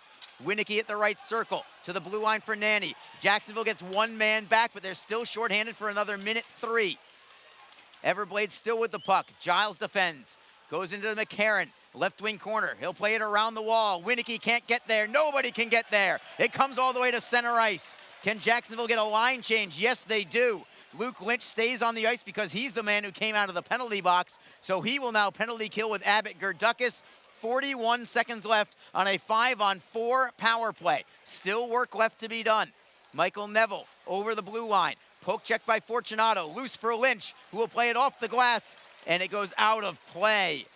It continued over the glass and went out of play. That's a tough break for Jacksonville. Faceoff comes in the Lizard King zone. 29 seconds left on the power play for Florida, Reader. Yeah, that's disappointing there for Jacksonville because they got a handle on the puck there, and they were able to send it down and get the clear down the ice here. So the faceoff will come to the right side of Francois Broussard. It's Abbott Gerdukis against Jake Jaremko. We'll see if Jacksonville can win a draw here.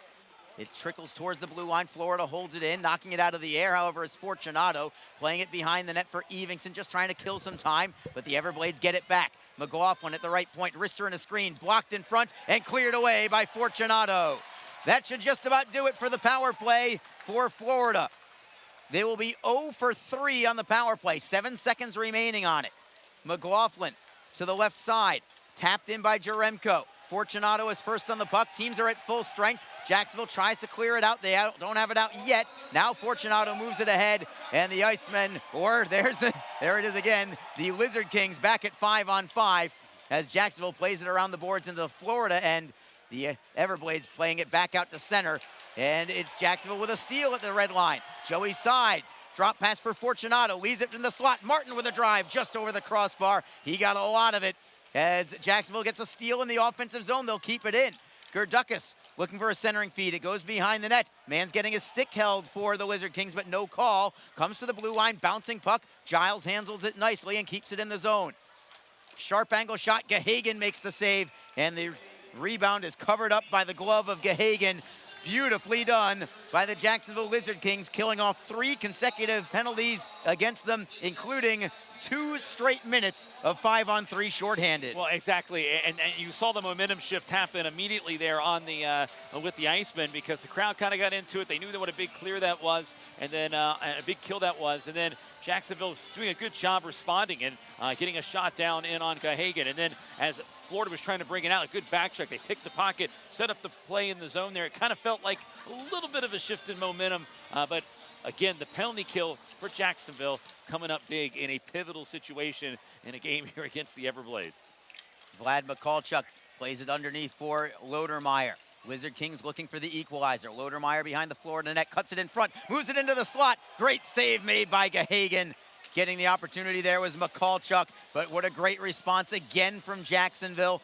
A shifty move from Derek Lodermeyer, not necessarily known for his shiftiness at that 6'2" frame, but he showed elusiveness there to get that puck into the crease, and McCallchuck got a piece of it. Gahagan, his best save of the night. Jacksonville was outshot 18-7 in the first period of play. We'll see what the Lizard Kings can do here in the second. Stick up high, no call. It would have been a power play for Jacksonville, but no call as Harris had a stick up in his face, but no call from the referee, Sam Heidemann. Jacksonville tries to pressure, near side wall. McCarron digs it away, trying to clear it out, but Fortunato steps in and holds it in. Fortunato now will play it down low, still with possession of the puck. Indirect feed to the blue line. Rister from the line, blocked in front, comes up high for Jacksonville. Harris gets a piece of it, can't get possession. Jaremko tries to knock it away, comes loose for Jacksonville. Lodermeyer can't get a shot, tries to get it back. Everblades finally get the hot potato and will flip it out to center ice. Loose there in the neutral zone. The Lizard Kings tap it to the Florida line, no further than that. Everblades with it now at center. John McCarron over the blue line. He'll play it down low. Jacksonville's first on the puck. Berzola gives it up. Winicky with a steal. Trying to center. Nobody there yet. He'll try the opposite side, but it's poked away by Howardchuk, who got a piece of it, but not cleared yet. Van Der Esch now tries to find a trailer. He finds one. Sambrook knocks one over the crossbar. He was set up beautifully there by Van Der Esch. Berzola taking the body on Van Der Esch. Loose puck deflected up high. There is a deflection, so no delay of game penalty against Jacksonville. And the faceoff will be in the Lizard King zone. It'll be to the left side of Brassard, and now some chirping between Michael Neville and Abbott Gerdukis. As Gerdukis will take the draw. Abbott Gerdukis now tied for the team lead in scoring along with Craig Martin. Florida gets a shot away. It goes high and wide. Where's the puck? It ended up out of place somewhere. So we're bringing it back into the Jacksonville zone. Both Craig Martin and Abbott Gerdukis this year, 14 goals, 25 assists for 39 points. That's for each of them. They both lead the club with that mark, and man, they have been fantastic for Jacksonville. No, they really have, and consistency, I think, has been kind of the key with a lot of the players on this team, but those two especially, and played a big role here for this club's success here lately. Brassard makes an easy blocker save on a shot from distance. Rebound to the corner. Lizard Kings pick it up. Elmer looking to go cross ice. He finds Pavel Vorobey. Howardchuk deflects it in. Fans again want a penalty call from something from behind the play as the Lizard Kings get it puck down low, and it deflects off a stick over the glass and out of play. That's 3 pucks out of play and souvenirs for somebody in the span of about 20 seconds or so. Yeah, no, pucks are plenty here. That's why they have a bucket of them down there. Sometimes, you get those games where it's going to be a souvenir night, and that seems to be one of those nights right now. Other times, though, it won't go out at all. So that's a couple sharp ones that it's always amazing to me. I mean, yes, we've seen a couple people get hit, but it's amazing to me when there is a large crowd, how a lot of times it hits that one spot, that one empty chair, which is a good thing. Yes. It's what we want. It's just incredible. You never know how those pucks, the way they're shaped and the way they hit off with speed, where they're going to go. Very unpredictable. Derek Pearl got a shot away from the blue line. Easy save for Gahagan. He held on and will drop the puck to his left again. Just the 10th shot on goal for Jacksonville this time. Florida has 22. Florida looking to clear. Van Der Esch chips it off the wall, but it's held in by Croy Evingston. His shot is blocked, but it belongs to the Lizard Kings. Lynch throws a man down who was trying to hit him. That was Ben Masella. Jacksonville still with possession, trying to work it towards the blue line. His sides, instead he'll move it into an open corner. Pinching in from the line is Croy Evingston. He'll hold it in for Lynch behind the net. Luke Lynch cuts it in front on his backhand, and he popped it just wide to the glove side of Gahagan. Florida gets the rebound. Good hit there from Craig Martin as the Everblades pitchfork it out to center, and Florida still has possession. It's Pendenza on his backhand. He puts it wide to the short side, rolls along the dasher, held in briefly from Florida, and now they will continue to hold it in. Everblades look to center, knocked away by Derek Pearl. Well done defensively there. Troy Evingson helps out, and the puck squirts free for Jacksonville. Comes up high to the left for Craig Martin. He's by himself for the moment. He got to stick up high also as Florida gets it back. Things continue to be very chippy in this one tonight. Florida with 3 power play chances. They're 0 for 3, including a 2-minute two-man advantage. Jacksonville is 1 for 2 with a man advantage. Shot from Florida, blocked by Harris. He'll chase after it, but he blocked it too well. It went all the way to the goaltender, Gahagan. Now it's stolen by Jacksonville and held in the zone. Man goes down. Again, the fans want to call as Harris tries a sharp angle shot. Gahagan is there. Sandbrook now taking the body on Harris. He gets the stick up high as Florida gets to the loose puck. Newber on his forehand will chip it off the boards and out. No icing here as Giles curls around the back of his net. He's going to try for a home run pass. He does connect with Lodermeyer. He's over the blue line. Lodermeyer on the left circle. Backhander is deflected wide. Everblades try to clear. They do get it over the line and out to center. 2-1 Florida. 12:45 to go in the second period. The Lizard Kings' Derek Lodermeyer deflects it in behind the Florida net. Mikulchuk takes the body against Bouchard, name we've barely heard from tonight, surprisingly. As Jacksonville gets a steal in the offensive zone, Mikulchuk for Gerdukis. Score! Abbott Gerdukis has tied it up for Jacksonville. Wham, bam, boom. It's 2-2. Boy, that was on the tail end of a shift there for that guy, for those guys right there. And Vladislav Mikulchuk, he was out there a while. He was making some hits, staying with the play. I could tell he was getting a little fatigued, but that time was able to set it up on the drop pass there for Gerdukis, who's been red hot. Gerdukis has now 7 points here in the last 4 games, counting tonight, and the Icemen tie it up 2-2. A good play by Mikulchuk there to get it to Gerdukis, the hot hand.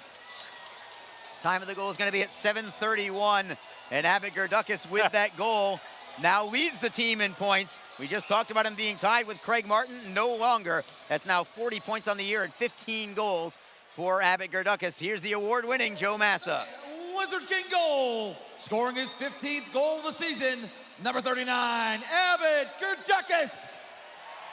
Assisted by number 14, Vlad Mikulchuk. And number 26, Pavel Vorobey. Time of the goal, 7 minutes, 31 seconds.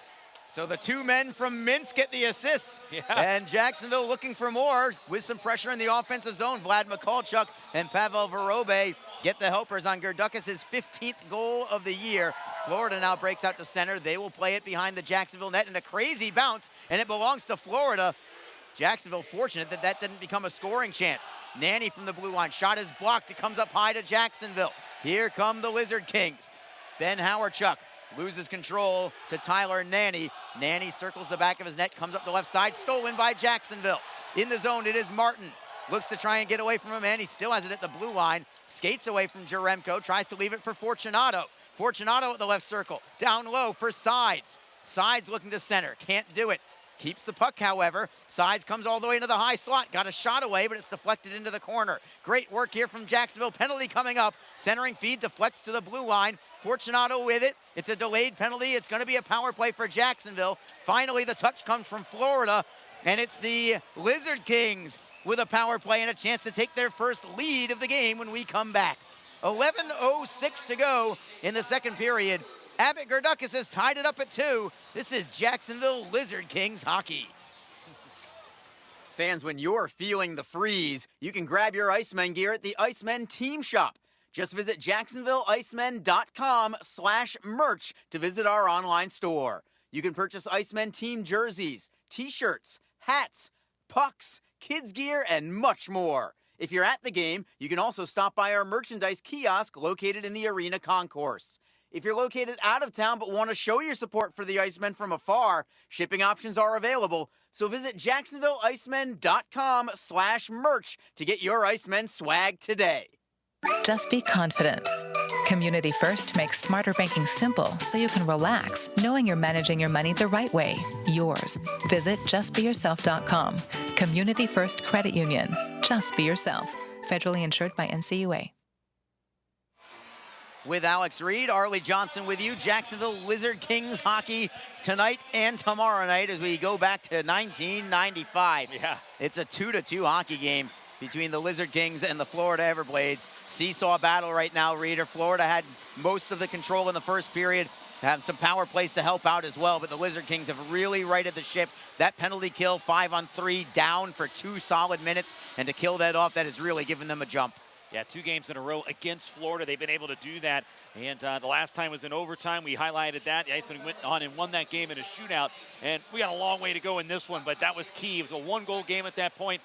The Lizard Kings get the clears that they needed. They get the kill, and then they get the next goal to tie it up. And now they have a chance to take their first lead. They can convert on this power play. Another Lizard King player went down. That could have been a call, but they will not call it. It stays a power play as Florida clears it out. Jacksonville is 1 for 2 on the power play thus far. Ben Howarchuk with the power play goal. Brandon Fortunato gets to center. He'll drop it for Jake Elmer. Elmer with a lot of speed over the blue line, goes coast to coast, gets a shot away. Glove save made by Gahagan. That's why people want to use that drop pass. A lot of teams will use that drop pass to try and get their fastest player to accelerate through center ice. When it works well, that's what happens. Yeah. And Jake Elmer nearly went coast to coast for the goal. He nearly did there, and that's why they do it. I know some fans go, "Oh, I hate it, I hate it." And yeah, of course, when it doesn't work your way, but obviously that's like you highlighted. It's exactly it. When you got a guy such as Elmer who has such great speed, he has really been, that burst of speed he's really been showing that off here lately. Jacksonville, Howarchuk tries to stuff it. One-timer, a second save is made by Gahagan. I like that move from Ben Howarchuk. That's a power move just to try and stuff it through Gahagan. But he was able to go down butterfly and keep the puck out. And then a second attempt from Martin. I like that he went with a one-timer on that one and didn't think about it. Just hope that he can find a hole. He didn't, but I don't mind the effort at all. 2 good shots on goal. And Gahagan is up to the task on both occasions. Still 1:08 to go on this power play for the Lizard Kings. They have trailed by counts of 1-0 and 2-1. They've come back to tie it each time. Now they've got a chance to take their first lead of the night. Florida wins the draw, however. They clear it the length of the ice. And the Lizard Kings with their second power play unit on. It is Craig Martin avoiding a couple of men. What a great move by Martin. Now cuts it in front, and the net comes off of its moorings. Love that move from Craig Martin. And now it's Luke Lynch taking the body, I believe, on a Florida player. I think that's on Ethan Zapula. Martin with some ballerina-like moves to get by a couple of defenders. So he started with the finesse and then went with the power right after that, cutting straight towards goal from behind the goal line.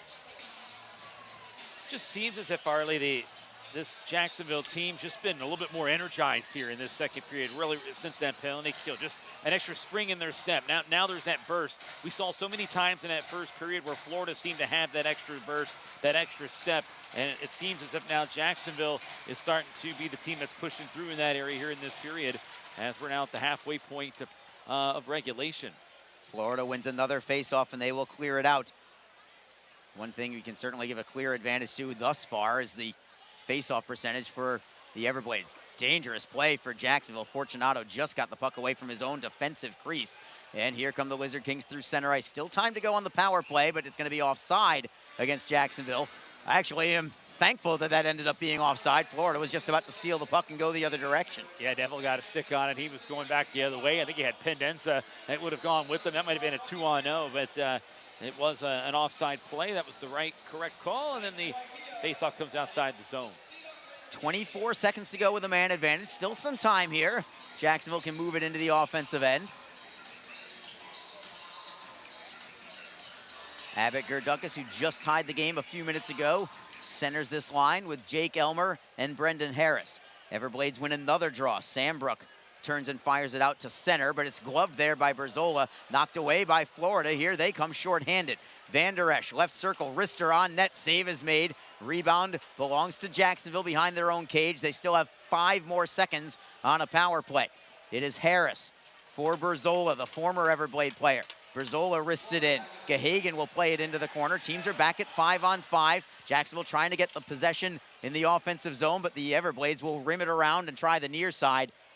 Jordan Sambrook stick handles away, moves it to the Lizard King line.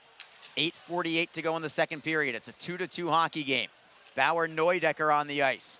Neudecker gets it to center. Onside as Gerdukas gets hit from McDonald from behind. Neudecker attempts to hold it in. He'll play it into the corner. Florida's on the puck. Martin looks for a steal. Nearly got it away from Jake McLaughlin. McLaughlin up the wall. Big hit from Luke Lynch. Separates a man from the puck. And the Lizard Kings get the turnover, and they'll play it back down low. McLaughlin will try again, turning to his forehand. Man goes down for Florida. Slow to get up is Sambrook, well off the play. Everblades look to clear. The Lizard Kings get a steal. At the blue line, it's Fortunato. He lost the handle, and Kyle Neuber will drop it back for McDonald. McDonald gets it to center. Lizard Kings right back in possession. Fortunato up ahead for Mikulchuk. Great move over the line for Lodermeyer. Drop pass, wrister on goal. Save is made. Rebound. Lodermeyer couldn't glove it down to his stick. He tried, just didn't have enough time to do it. And the play comes back to center ice. Jacksonville right back into the zone. Everblades tap it off ahead.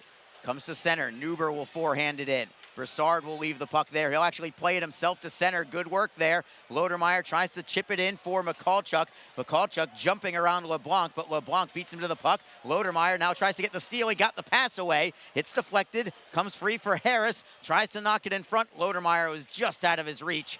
At the blue line, Sean Giles takes the body on a man. He really wants a piece of somebody. He better be careful. And then a slash comes. Meanwhile, Jacksonville comes the other way. Harris into the slot. There's Giles with a forehand. Save is made by Gahagan. Giles nearly went from roughing a man up to taking the lead for Jacksonville. What an effort there from Sean Giles, a man possessed on this shift.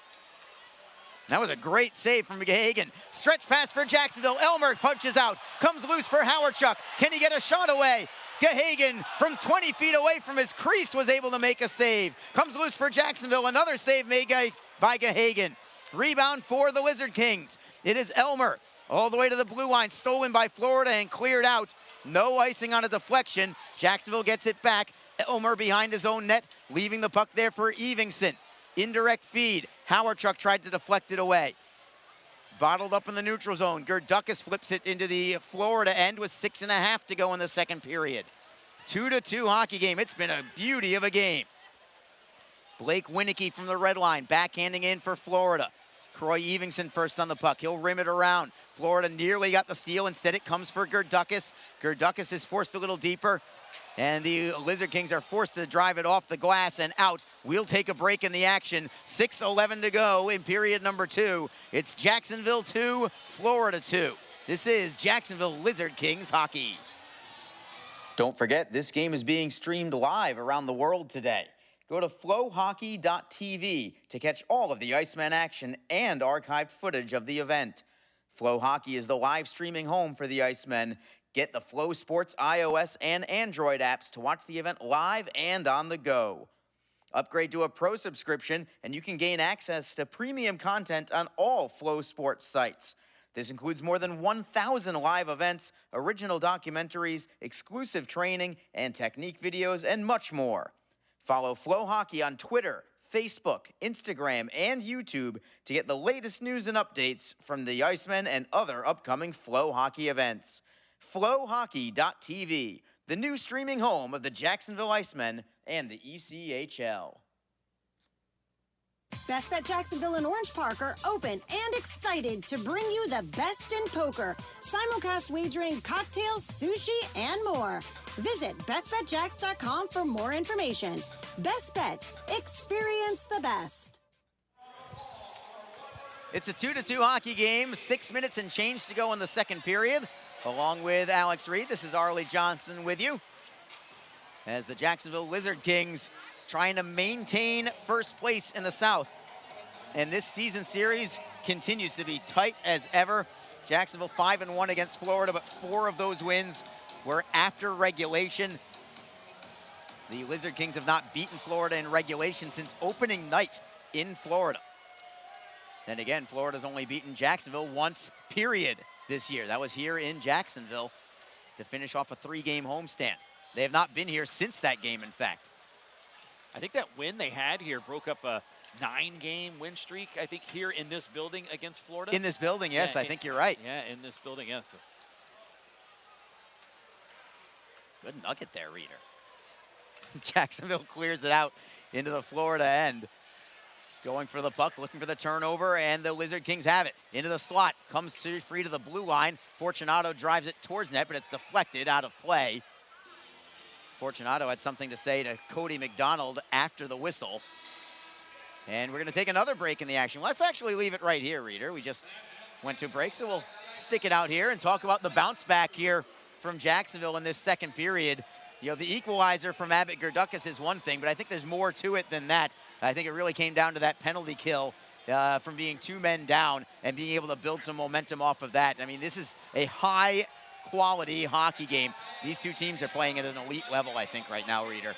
No, they really are, and, now you got, I've been eyeballing a few things that's happening here. Brandon Fortunato got shoved there by Kyle Neuber, and then once they kind of got through it, you had some more chirping going about. Now you're starting to get a lot of chatter between the two teams here, and Brandon Fortunato being the centerpiece of it.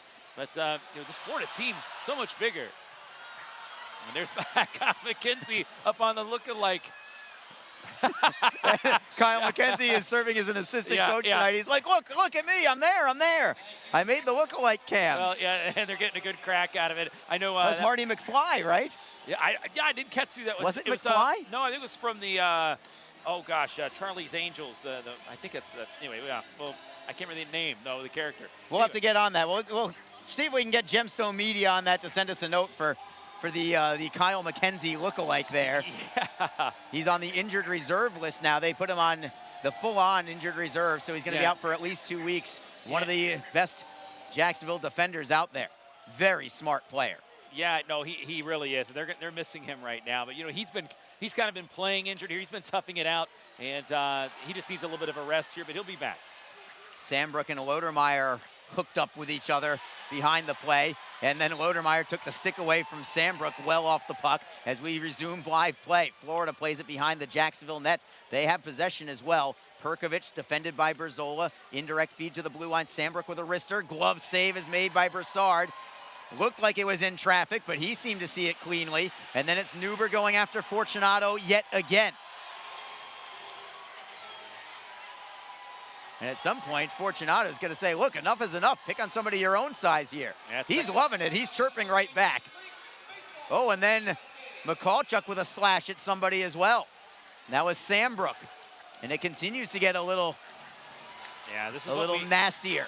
Yeah, now over here behind the play here, you've got Elmer and Neuber coming together here. And, of course, Neuber's the big guy out there. He's, going after it. Look, this Florida team they're bigger. I mean, there's no doubt about it. They're a lot more physical than the Icemen are right now. The Icemen, they had the physicalness early in the season, but you got some guys up in the American Hockey League.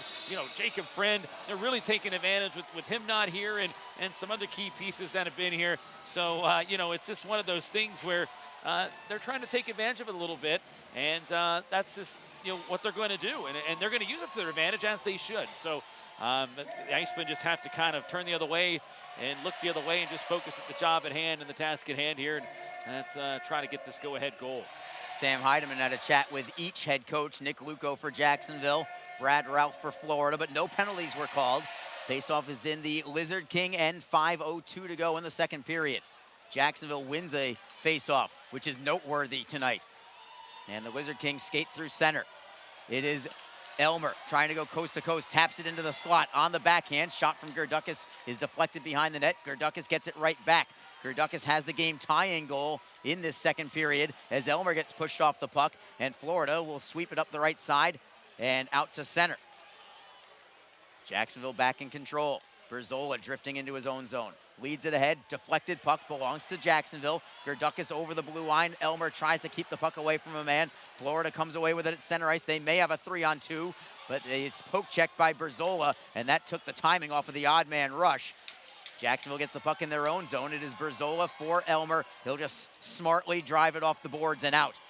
Safe play there from Jake Elmer. He had nothing else going. And now it's Jacksonville trying to get the puck away on a turnover in the offensive zone, utilizing their forecheck.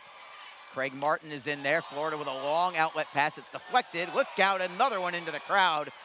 And the clock stops with 3:59 to go. And a souvenir for somebody in about the 9th or 10th row, I would say.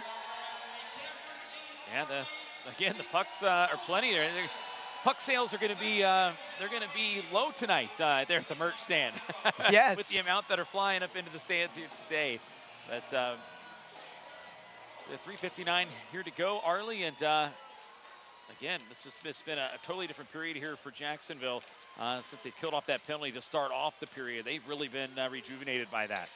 Joey Sides will play it in deep behind the play. Neville tripped up with Lynch, and again, they'll let him play on as the puck is at center ice. Jacksonville taps it up to an open side. Lynch got spilled yet again. Lynch trying to get the puck free right at the penalty box doors, right at the Florida door. It's in particular Bouchard with a big hit off the play. A cross check on Martin. It is getting nastier and nastier. Finally, it comes away to Florida, and they'll play it in behind the Jacksonville net. It is Sean Giles. Giles to the right side for Verrobe. Cross ice, it's Joey Sides. Taps it ahead. It's redirected in by Martin. He'll go after it. Behind the play, Giles is tied up with Van Der Esch. Finally, we're going to have a whistle and some penalties, and I think it's going to be matching minors here.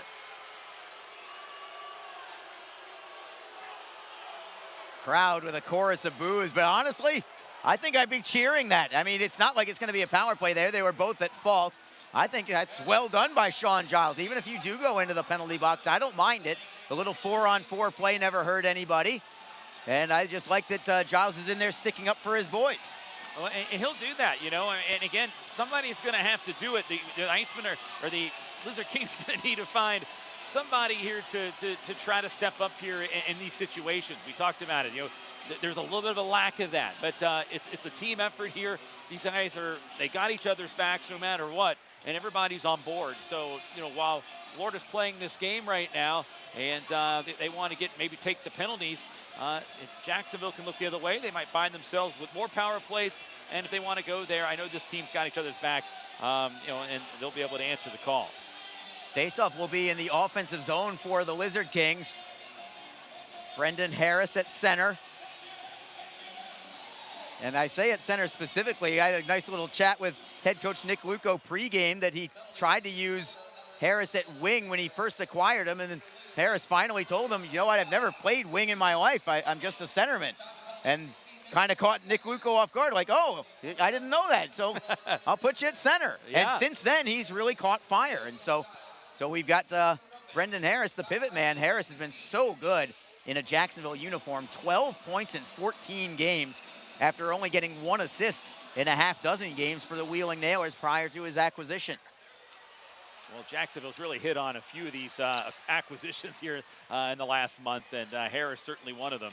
Harris now touches the puck for Derek Lodermeyer, tries to spin away from Nanny. Lodermeyer behind the net. Nanny strips it loose, trying to backhand flip, dangerous pass. Florida not able to clear. Great hit by Fortunato to keep it in the zone.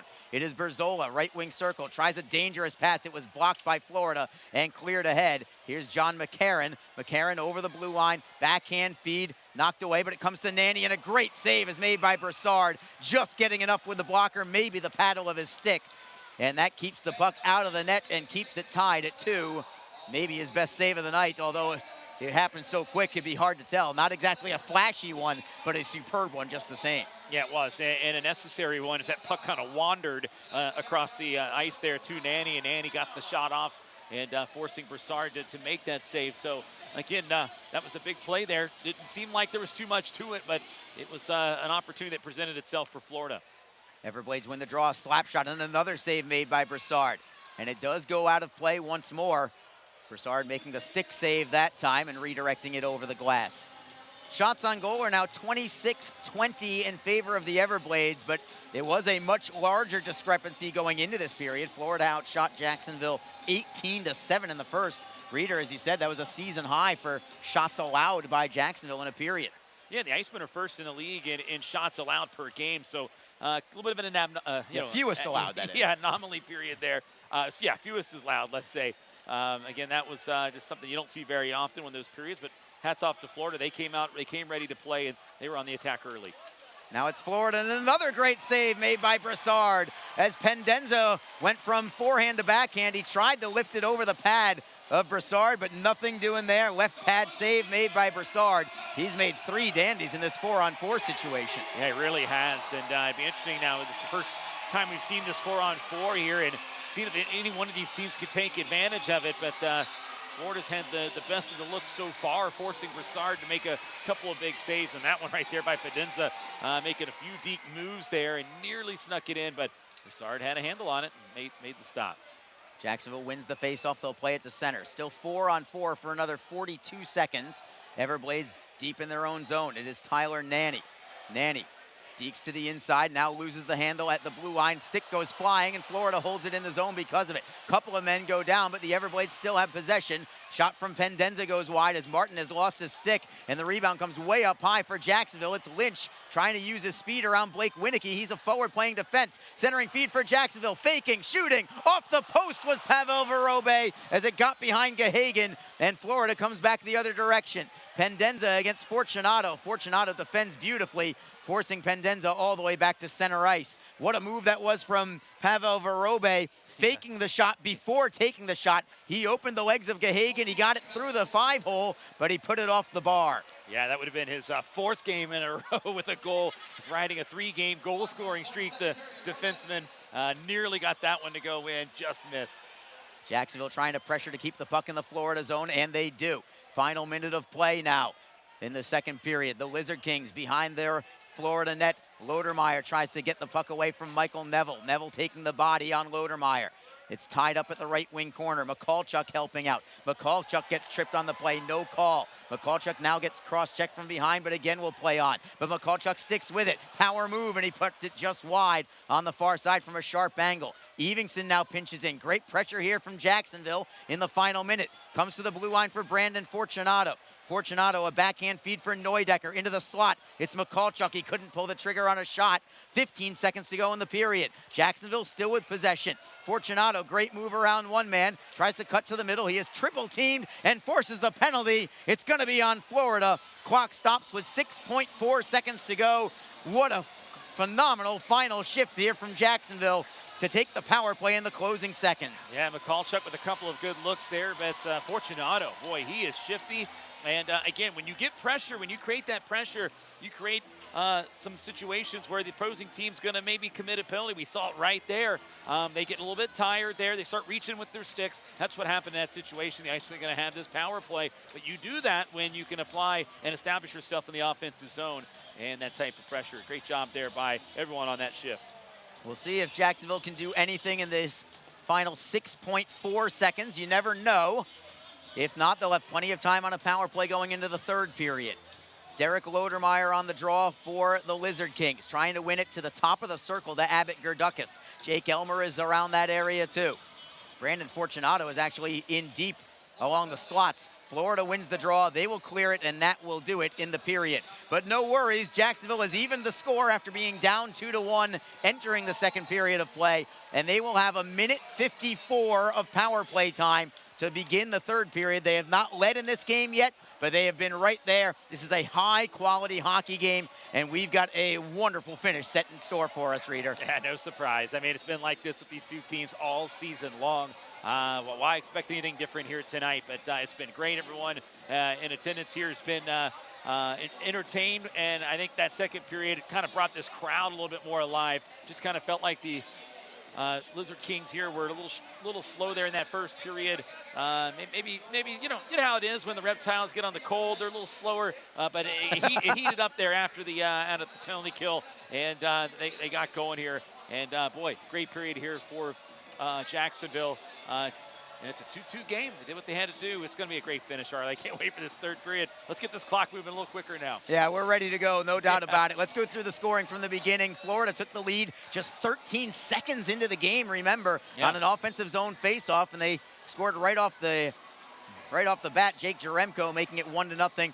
But the Lizard Kings got an early power play just moments after that, and they converted against the top-ranked penalty kill in the league in Florida. They are tied with Jacksonville for the top spot, but not anymore because the Lizard Kings were able to connect on a power play goal. A wonderful deflection from Ben Howarchuk of a Croy Evingston shot. Craig Martin also assisting at 2:03. Everblades came back to regain the lead in the first period. It was Michael Neville with his 4th goal of the season. And Florida had the advantage going into the second period, plus a 5-on-3 power play going into the second. But the penalty kill from Jacksonville was superb. They are 3 for 3 on the penalty kill, including 2 solid minutes of being down by 2 men.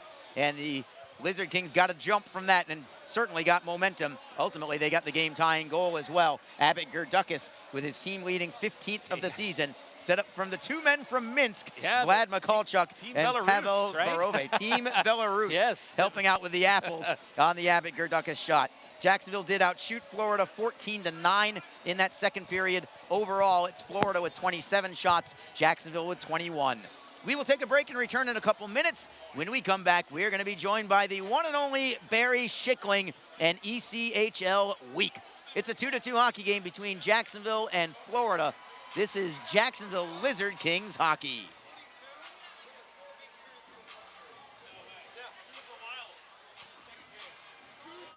Tonight's game is brought to you by the ECHL, celebrating its 34th season of affordable family entertainment. The ECHL would like to recognize the following league sponsors: AMI Graphics, official signage provider; Athletic Knit, official jersey supplier; Baron Rings, official championship ring supplier; BFL Canada Insurance and Sutton Special Risk, sponsors of the 2022 ECHL Hall of Fame induction ceremony; Flow Sports, the exclusive streaming provider of the ECHL; Geico, official auto insurance of the ECHL; The Fairley Group, official commercial insurance provider; Handbid, the official mobile auction app; Honig's, the official partner of the ECHL officiating team; Howie's Hockey Tape, official hockey tape and lace provider; In Glasgow, official puck provider; My Grey Group, your source for game-worn jerseys; Sideline Swap, official online marketplace of the ECHL; and Warrior, exclusive on-ice equipment provider of the ECHL and title sponsor of the 2022 ECHL All-Star Classic. Catch all of the ECHL action live in high definition by logging on to flowhockey.tv. Just be positive. Your Community First Mortgage champions make sure you get a great rate, a quick close, and can save you about $3,000 in closing costs. Apply at communityfirstfl.org. Community First Credit Union. Just be yourself. Federally insured by NCUA, Equal Housing Lender. Don't forget, this game is being streamed live around the world today. Go to flowhockey.tv to catch all of the Iceman action and archived footage of the event. Flow Hockey is the live streaming home for the Icemen. Get the Flow Sports iOS and Android apps to watch the event live and on the go. Upgrade to a pro subscription and you can gain access to premium content on all Flow Sports sites. This includes more than 1,000 live events, original documentaries, exclusive training and technique videos, and much more. Follow Flow Hockey on Twitter, Facebook, Instagram, and YouTube to get the latest news and updates from the Icemen and other upcoming Flow Hockey events. Flowhockey.tv, the new streaming home of the Jacksonville Icemen and the ECHL. Best Bet Jacksonville and Orange Park are open and excited to bring you the best in poker, simulcast wagering, cocktails, sushi, and more. Visit bestbetjacks.com for more information. Best Bet. Experience the best. Just be in control. With free interest checking and great digital tools, Community First makes smarter banking simple. Add an account at justbeyourself.com. Community First Credit Union. Just be yourself. Federally insured by NCUA. Fans, when you're feeling the freeze, you can grab your Icemen gear at the Icemen Team Shop. Just visit jacksonvilleicemen.com/merch to visit our online store. You can purchase Icemen team jerseys, t-shirts, hats, pucks, kids gear, and much more. If you're at the game, you can also stop by our merchandise kiosk located in the arena concourse. If you're located out of town but want to show your support for the Icemen from afar, shipping options are available. So visit jacksonvilleicemen.com/merch to get your Icemen swag today. Just be confident. Community First makes smarter banking simple so you can relax, knowing you're managing your money the right way, yours. Visit justbeyourself.com. Community First Credit Union. Just be yourself. Federally insured by NCUA. The Jacksonville Icemen offer discounted tickets for groups of 10 or more. Whether it's a company outing, a group from your school or church, or just a gathering of friends, the Icemen can help you set up a night of fun at a discounted cost. Other benefits include an intermission ride on the popular Fan Zam, a post-game group photo, or take a shot on net after the game. Ticket fundraisers are also available. For more information, contact the Icemen office at 904-602-PUCK. That's 904-602-7825, or visit us online at jacksicemen.com. Iceman Hockey, feel the freeze.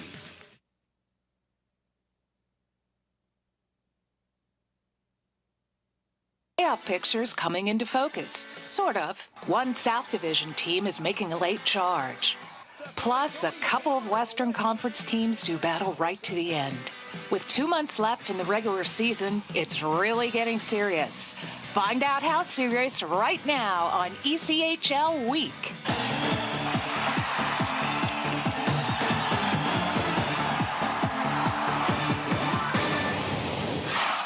Hi, welcome to another edition of ECHL Week. This time coming to you from the Scoop Arena in Norfolk, Virginia, home of the Norfolk Admirals. The ECHL season has headed into its final third, and after those 324 games have been completed, the 16 teams good enough to qualify for the 2017 Kelly Cup playoffs will be set. But between now and April 8th, many things must still be decided. So let's take a look at the playoff picture as the season begins its final 2-month segment. In a terrific example of how things can change in a hurry, let's look at the Mountain Division. For much of the middle third of the season, Allen, Colorado, Idaho, and Alaska were neck and neck, jockeying for the top spot. The other teams seemed oh so far away. Not anymore. Both Utah and Missouri have gone on great runs to climb right back in the playoff picture, while Allen and Colorado are running away from the pack. Remember, the first 2 rounds of the playoffs this season are all within the division, so in most cases, that'll mean teams that have been battling each other during the regular season will get to do it again in best-of-7 series in the postseason. The other Western Conference division, the Central, was Toledo's playground for much of the season, but even the mighty Walleye have stumbled a bit recently, going 5 games without a victory and allowing Fort Wayne a chance to entertain visions of getting to the top of that pack. Quad City and Kalamazoo have both been on pretty good runs lately. That's unlike Tulsa, which got off to the best start in the league. However, since ECHL All-Star goaltender Jamie Phillips was summoned to Manitoba of the American League, the Oilers have fallen on hard times. You'll get a chance to see them in our highlight game later in the program. The Eastern Conference might feature even better races. In the North, Manchester has been setting the pace all season, but the Monarchs can't rest easy as Reading, Brampton, and Adirondack are nipping at their heels. The Beast in particular started the final third of the season on a 6-game winning streak. And of course, don't forget about last year's Kelly Cup finalist, the Wheeling Nailers. Just a few points separate them from that second, third, fourth logjam. Florida, the only team still with single-digit regulation time losses, is tied for the league lead with Toledo, and it's hard to imagine the Everblades falling out of playoff position. But Greenville, Orlando, and South Carolina are within just a couple points of one another, and Cincinnati trails that group by a narrow margin. And although they're 15 points from a postseason spot, the Norfolk Admirals have been one of the better teams in the East since early December. More about them later in the show. The bottom line is that with 1/3 of the season remaining, 21 teams are currently in a playoff spot or within 5 points of one. The last 2 months of the regular season should be good ones. They always are. Hi, this is Luke Pither of the Brampton Beast, and you're watching ECHL Week. Time to take a look at news from around the ECHL. Tristan Grant of Rapid City has been suspended for 13 games as a result of his match penalty for slashing in the third period of the February 10th game against Allen. He'll be eligible to return to the lineup on March 15th. Allen's Dyson Stevenson has been suspended for 3 games for his actions in the same game. The Kelly Cup is preparing for its annual pre-playoff tour. It'll stop in 8 league cities over the next 2 months. During its journey, it'll make appearances at games, schools, broadcast outlets, and other community events. The Cup will put on over 7,800 miles during this trip. Don't worry, though. It'll be well rested and ready to go, and its new owner earns the right to carry it around the ice in early June. A team that's had a big turnaround since the start of the season is still talking playoffs. Next on ECHL Week.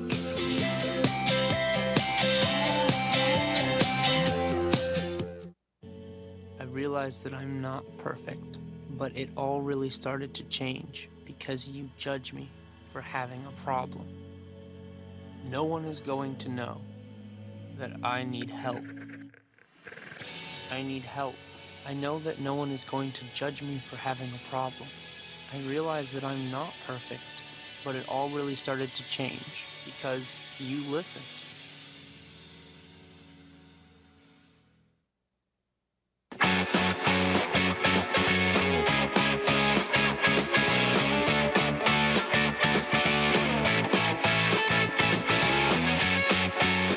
Clark Saunders of the Colorado Eagles, and you're watching ECHL Week. The Norfolk Admirals got off to a miserable start this season, winning 2 of their first 19 games, so changes were made.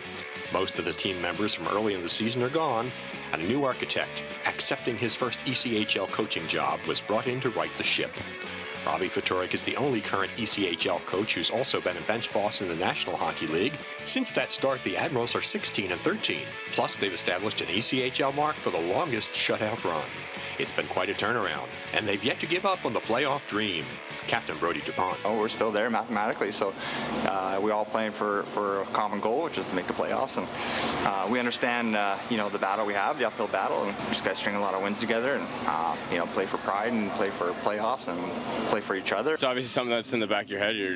We're all competitive, and we want to see that end goal. And but yeah, as you said, it's one of those things you just have to worry about your next shift, your next game, and stay positive and just keep focused on being in the moment. Coach Fatorik discusses remaking a team in mid-season. And you got to continue to push forward and get better or get better players, which you can do at this level. You have some guys that are, from a parent team that's going to be here, but you've got a lot of other players that can be improved upon, not only by learning how to play better or just by moving them out and getting new players in, which is what happened here at the beginning of my coaching time here. But I like to try to teach the guys how to play better, and so that's exciting. But I like the play level when we're playing well. A veteran announcer in his first season with a new team stops by on our Voices feature. That's straight ahead on ECHL Week.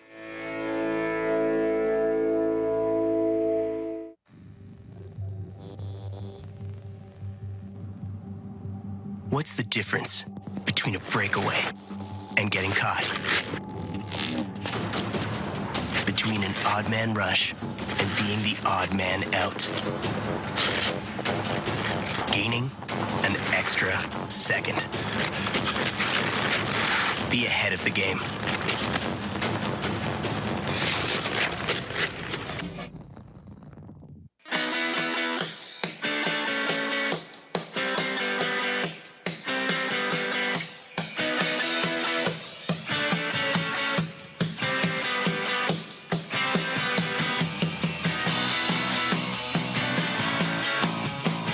Hi, this is Guy Leboeuf of the Malheur Jackals, and you're watching ECHL Week.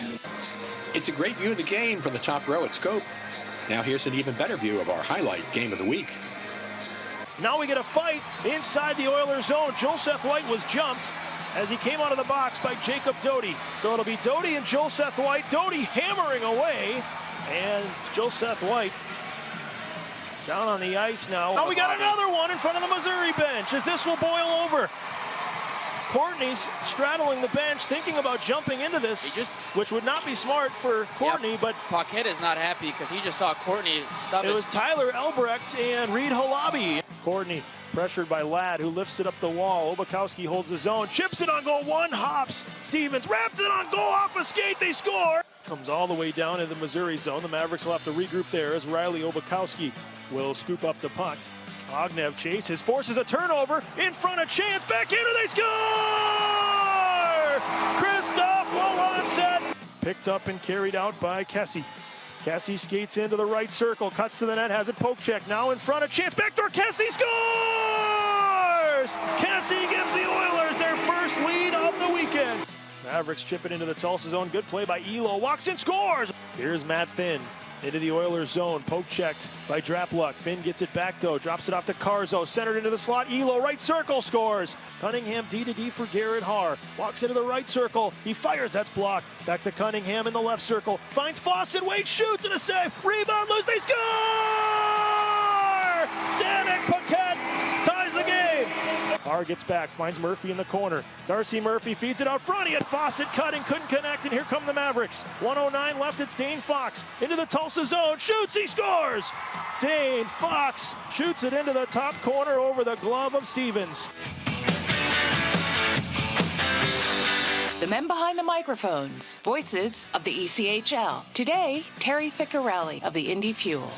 What's your favorite road city in the ECHL? I'm thinking it might be Fort Wayne. only because I enjoy all the people that are associated with the Fort Wayne Comets organization, all the Franke family, and Scott's Protham. Well, we're listening to the one and only Terry Ficcarelli there, the Fick. But it is retro night here in Jacksonville, and I was gonna say, is that ECHL week went retro also on us. It did. Is that ECHL week 1995? You know, hey. It could have been with Terry Ficcarelli. If you don't know your ECHL broadcasting bingo page, he is an absolute legend around numerous leagues in the ECHL. I actually got to know him a little bit when he was with the Muskegon Fury in the old United Hockey League, affectionately known as the U-Haul. And Ficcarelli had some time in Indy, and he was all over the place in the Northern Plains. Trying to remember some of the other places along with Indy right there.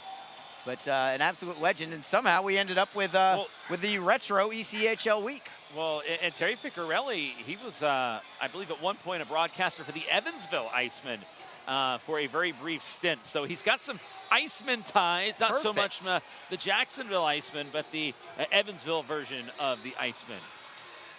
So there you go. Perfect. Reader, you are on your game tonight, I'm telling you. Lots of nuggets, lots of little nuggets. Yeah. Every once in a while, I throw them out there. But. Yeah, I am very impressed. What I'm also waiting to see is the third period hype music, because the third period hype music is not, that's also not for the Icemen. This is a Lizard King hype theme as well. Lizard King uniforms from last year. This is fantastic. And this place is electric right now. And we haven't even started the third period. Yeah, this is the song gets everybody fired up for the third period. They turn the lights out. Everybody turns the lights on their phones, and lights are flashing back and forth. It's quite a scene here, and if you've never seen it before, you got to come out and be part of it. It's a blast. It's like a party atmosphere at the start of the third period here in this building. And you got to credit the Icemen / Lizard King staff for putting that together. I mean, they do great work behind the scenes. They do. Yeah, you could probably expand on the people that are involved in making something like that happen. I got to think that Lauren Muni would probably be at the top of the list there. Yeah, she's, gosh, I don't, there's so many times, you know, she sends out work emails to the staff at 11:45 at night, and, you know, everyone messages her, go to bed, get some sleep, you know, and she's like, well, I got this to do, you know, I don't know how she does it, but, you know, she does an amazing job, works a lot of hours, and so does the rest of the staff. You know, these hockey games don't just, the teams don't just show up and they play. There's a lot that goes into putting on games, and especially theme nights, such as this one here, Lizard Kings night. Puck is down, third period is underway, and remember, the Lizard Kings begin on the power play. They still have 1:40 to go on it, looking for their first lead of the night. Elmer trying to go coast to coast, beats a man, centering pass, putting it just wide was Harris. What a setup that was from Jake Elmer. Jacksonville cannot hold it in the zone, not a good enough pass. Fortunato has to track it down at center ice. It is Brendan Harris over the blue line. He steps by a man. Rister on net. Save made by Gahagan. He had it underneath his pad. And it almost trickled underneath him. Oh, man. What a shift there for Elmer and Harris. And that was just pure speed there early. I mean, Elmer with just the rocket boosters. And last second, waited the last second, sent it across there for Harris, who also jumped his man and got a step on him with his speed and just knocked that one wide. Then he comes back with a nice little shifty move and got a good shot off there. Great start here for this power play for the Lizard Kings. Lizard Kings win the faceoff. They still have time on the power play. Elmer into the slot for Gerdukas. Forehand save is made. Rebound for Florida. They will clear it out. Good opportunity there for Gerdukas, who has the game-tying goal from the second period. Still 1:04 to go on the power play for the Lizard Kings. It is Fortunato. Stick handling away from one man, cuts through center ice, tries to go it himself. Drop pass for Gerdukas. He'll play it in behind the Florida net, but the Everblades are first on the puck. They are able to clear it off the boards and out. And the second unit comes on now for Jacksonville. Croy Evingson with Pavel Verobe. Verobe, who hit the post in the second period. What could have given Jacksonville their first lead. Lizard Kings take it into the offensive end. It's Craig Martin at the right circle, cuts towards goal, forehand on net. Save is made by Gahagan. He'll trap it and take the draw to his left. I think Martin was surprised that he ended up with so much space. He just turned from the half wall and just realized, man, I got a clear path to the net. Let me go straight to it. Yeah, I think he was looking for who he's going to dish it out to, then just saw, oh man, there's a lot of space and I can take it to the net there. Florida did a good job sliding and shifting over there to cut his lane because he couldn't get to a better shooting lane because Florida got in position at that point. So he had to try to go inside, try to squeeze it past that glove. Gahagan, though, making the save. Face-off will be to the left of Gahagan. Jacksonville sends out Luke Lynch with Ben Howarchuk and Craig Martin. Croy Evingson and Pavel Verobe man the points. Florida, however, wins the draw. They'll clear it off glass and out. And maybe one final rush here for the Lizard Kings. It is Evingson leading the attack. Dishes to the right. Great deke by Martin. Clean entry into the zone. Martin on his backhand. Button hooks at the corner. Leaves it for Howarchuk. To the blue line, it's Evingson. Wrister in a screen. Just wide. Lynch maybe got a piece of it. 5 seconds to go on the power play. Jacksonville looks to center. They can't get it yet, but they do still have the puck in the zone. It is Lynch trying to get away from a double team. It is stolen by Florida. Look out. Here come the Everblades the other way, but they cannot send Ethan Zapula off on his way as he had come out of the penalty box. And now it's Jacksonville through center. Lynch with a drop pass, broken up by Florida. 17:47 to go in the third period of a 2-2 hockey game. Dylan Van Der Esch with a slapper from center that goes wide. Neville will backhand it behind the Jacksonville net. Getting a piece of it is Fortunato for Harris. Harris, look out, avoiding a huge hit from Kyle Neuber. He put the brakes on and Neuber went headfirst into the glass himself as the Lizard Kings are called for icing. Harris knows that he's got a target on his back tonight, and Neuber was trying to line him up, but Harris saw it coming, fortunately for him. Well, Kyle Neuber, we know that the physical play that he likes to bring and likes to play with there, and he doesn't care what your size is. He's going to try to line you up there, and Harris being a little bit more elusive than Kyle Neuber in that situation and was able to sneak past the hit there and kind of spin out of the check. Face off to the left side of Brassard. Jacksonville wins it. Fortunato to the left of his netminder will start the rush on the left side. Tries to go cross ice, well in front of Mikulchuk, however, and it's going to be icing against Jacksonville. Quick update on a score, by the way. It's not looking good, but I can't say I'm shocked by it. The Atlanta Gladiators hosting the Norfolk Admirals tonight. It's 3-0 Atlanta. 5 minutes to go in the second period there. Let's not forget, Atlanta is tied with Florida right now. Both the Everblades and the Gladiators are only 1 point behind Jacksonville in the standings. Yeah. So the Lizard Kings could really use a victory. They need to win in order to maintain sole possession of first. They really do, because a win by Florida in regulation especially, and then of course a win by Atlanta, which is looking likely.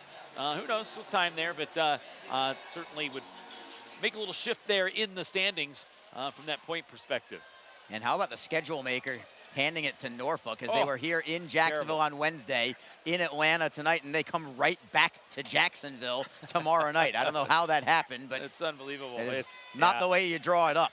Florida with the puck as we resume play. They have it in the offensive zone. Derek Lodermeyer looks for a deflected puck, and he is able to get the steal. He'll shovel it out to center, avoiding a hit in the process. Everblades back with it at center. It is Nathan Perkovich. Perkovich over the blue line with Kyle Neuber. A very heavy line out there for the Everblades right now. Puck goes off the side of the net, and here comes Jacksonville with speed. Elmer tries to go from the inside out on McLaughlin. He'll stop at the half boards and wait for a trailer. Feeds it into the corner. It comes free to Howarchuk. Howarchuk has it poke-checked away, and it comes back to the Jacksonville line. Elmer ahead for Gerdukas. Onside are the Lizard Kings. Elmer, sharp angle shot. He had an opening there, but Gahagan got it with the body. Would have needed to thread the needle to get it there, but there was a small opening there underneath Gahagan's left arm. Nearly got it. And now it's Jacksonville getting a stick on a puck, but couldn't get the steal. Florida tries to get it out. They do. Comes to center. Evingson taps it away. Loose puck in the neutral zone. Nobody can get the handle to it yet. Finally comes free for the Lizard Kings and Croy Evingson. Derek Pearl tries to go cross ice. It's deflected into the zone. No icing. Everblades give chase. Jake Jaremko ahead of Abbott Gerdukas. Backhand feed up the right side. Stolen by Jacksonville and played back down low again. Florida still with possession and a little more time and space this time. Stefan LeBlanc with a drop pass for Ben Masella. Masella nearly lost the handle. Martin goes in, couldn't get the steal. Does force the turnover, however, as Florida just clears it out. It's Zach Berzola for Jacksonville. Gets to center. He'll forehand in. Gahagan will knock it into the corner for Sambrook. Mikulchuk with a good body check on Sambrook. Florida looks to work the puck away. They do get it out. Van Der Esch, just with a swipe at it with his stick, somehow is able to just get it glued to his stick as Florida gets a shot that deflects wide, comes free for the Lizard Kings. Joey Sides up the right for Vlad Mikulchuk. Mikulchuk gets double teamed on the play, but Joey Sides will get the clear in, and he's first on the puck for Jacksonville. Sides unable to center. Van Der Esch gets the steal. He'll work it around to the opposite side. Berzola now pinches in. He'll be first on the puck. Berzola knocking it away from LeBlanc. Giving up. Neville takes a big hit from Lodermeyer as Florida clears it away. It's Verobe shifting away from Pendenza. He'll play it off the end boards for Zach Berzola. Several minutes of uninterrupted hockey right now as Harris makes a great deke around a man. Feeds to the left. Lodermeyer with a shot on goal, saved by Gahagen. What a spectacular move from Harris to set him up. Florida comes back the other way. Giles takes the body on Neuber as Brassard swings it around, trying to clear it away as Mikulchuk. It's held in by Florida. Jacksonville gets it back behind the net.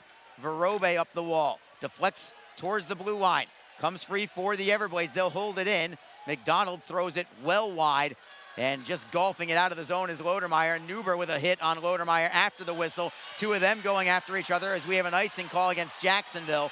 And Neuber wants a piece of Derek Lodermeyer, who has had enough. He's not going to put up with the shenanigans of Kyle Neuber at this point. You know, Derek Lodermeyer is just the most mild-mannered individual there, but this is the second time he and Neuber have come together, and Neuber's been kind of targeting him a little bit there, and Lodermeyer this time said he's had enough with it there, really been trying to try to play a little bit more physical in that situation. But, boy, this has just been, what great hockey. These are good. two teams just going at it right now, and this has really been enjoyable here in the last two periods especially. This is the kind of game that we could potentially see in roughly, I don't know, first couple weeks of May, perhaps. It's a playoff atmosphere here and a playoff level of hockey to go with it. Jacksonville has the puck. Verobe, 360s around a man, Blake Winicky. Now he shifts around John McCarron. Verobe going to the right side for Mikulchuk, sets up a 2-on-1. Harris to the forehand, off the post. Just missed. What a great play that was from Jacksonville. That might have been the goal of the year had it connected. Florida comes back the other way. Save made by Brassard on the wrister from Blake Winicky. This crowd is still buzzing over that passing play, and Brendan Harris nearly finished it off. It would have been a goal of the year by all because of the setup, man. Oh, man, what some great work there by Pavel Verobe. Flashy, what can you say? And a good job by Harris, just ring it off the pipe. Just talking about the high level of play. That is a prime example, and here come the Lizard Kings again. Puck intended for Howardchuk, but it slides all the way to Gahagen instead. And we're gonna have a stoppage in play. We'll take a break in the action. 13:05 to go in the third period. It stays Jacksonville 2, Florida 2. This is Jacksonville Lizard Kings hockey. Tonight's game is brought to you by the ECHL, celebrating its 34th season of affordable family entertainment. The ECHL would like to recognize the following league sponsors: AMI Graphics, official signage provider; Athletic Knit, official jersey supplier; Baron Rings, official championship ring supplier; BFL Canada Insurance and Sutton Special Risk, sponsors of the 2022 ECHL Hall of Fame induction ceremony; Flow Sports, the exclusive streaming provider of the ECHL; Geico, official auto insurance of the ECHL; The Fairley Group, official commercial insurance provider; Handbid, the official mobile auction app; Honig's, the official partner of the ECHL officiating team; Howie's Hockey Tape, official hockey tape and lace provider; In Glasgow, official puck provider; My Grey Group, your source for game-worn jerseys; Sideline Swap, official online marketplace of the ECHL; and Warrior, exclusive on-ice equipment provider of the ECHL and title sponsor of the 2022 ECHL All-Star Classic. Catch all of the ECHL action live in high definition by logging on to flowhockey.tv. We are back.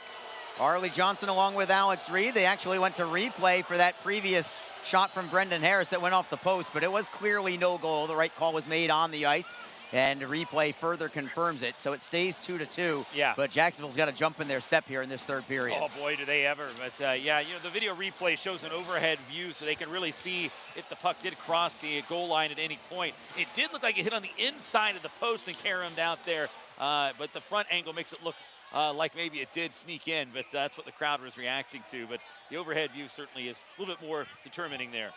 Jacksonville now out shooting Florida overall, and considering they were getting outshot 18-7 in the first period, that is really saying something. Jacksonville already with 8 shots this period in just 7 minutes of play. Florida does not have a shot on goal in this period yet. So it is 7-0 Jacksonville in shots. Pardon, 8-0 in shots for the Lizard Kings. Florida wins the faceoff. It is McLaughlin around the right side, not out yet. Jacksonville gets a piece of it. They hold it in the blue line. Elmer in the slot. Rister is knocked out of play from the Florida defense. Well, Elmer just trying to split the defense, go right down the middle in the slot there, but just got bumped. He didn't have a lot of room to really get a full follow through with that shot, and Florida was able to get a stick on it and help deflect that one out. Faceoff comes to the right side of Gahagan. The Lizard Kings continue to pressure the offensive zone, forcing Florida to play defense, which, in talking to Nick Luco before the game, was something that was big for him. He wanted to make Florida defend. They don't like defending. They usually are up on offense, but right now it's Jacksonville taking it to them, and here's a shot, centering feed, making the save is Gahagan again on the backhander from Martin.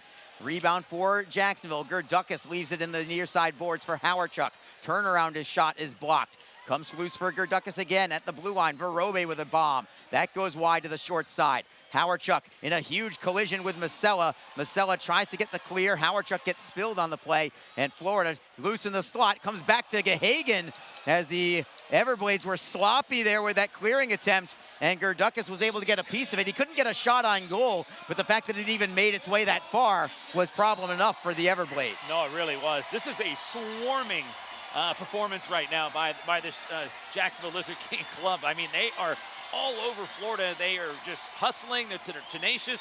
And right now, I mean, they've got the momentum swinging their way. They've done it just about all here. They're now out shooting the Everblades here at this point, 31-27. They've done just about everything but get that go-ahead marker to go in. Lizard Kings look to pressure and keep the puck in the offensive zone. Sides, jabs at it. Loose at the blue line. What a play by Evingson to hold it in. Turn around and throws it down low for Sides. Jacksonville continuing to work their cycling game, which has been so good. At the blue line, penalty coming up on Florida. Delayed call. Jacksonville gets the puck deep in their own zone just to maintain possession and try and get a 6th skater on the ice. So it's going to be a power play for Jacksonville. Unless they can score here, they have the puck deep in their own zone. Broussard is still in his crease. He can't get to the bench yet. But it will be a power play for Jacksonville. Now Broussard heads to the bench. Jacksonville with the puck at center ice. Martin trying to gain the line. Couldn't connect with anybody. There's your touch up from Florida. Power play for the Lizard Kings with 11:22 to go in the third period. And Jacksonville has been so good in this third period. Perhaps with a power play, they can finally break through and get their first lead of the night. Yeah, Kyle Neuber heads to the box, and the fans, they're all cheering that one on there. I know he's been running around here a little bit here tonight, so it's a big opportunity here for Jacksonville, and on this opportunity.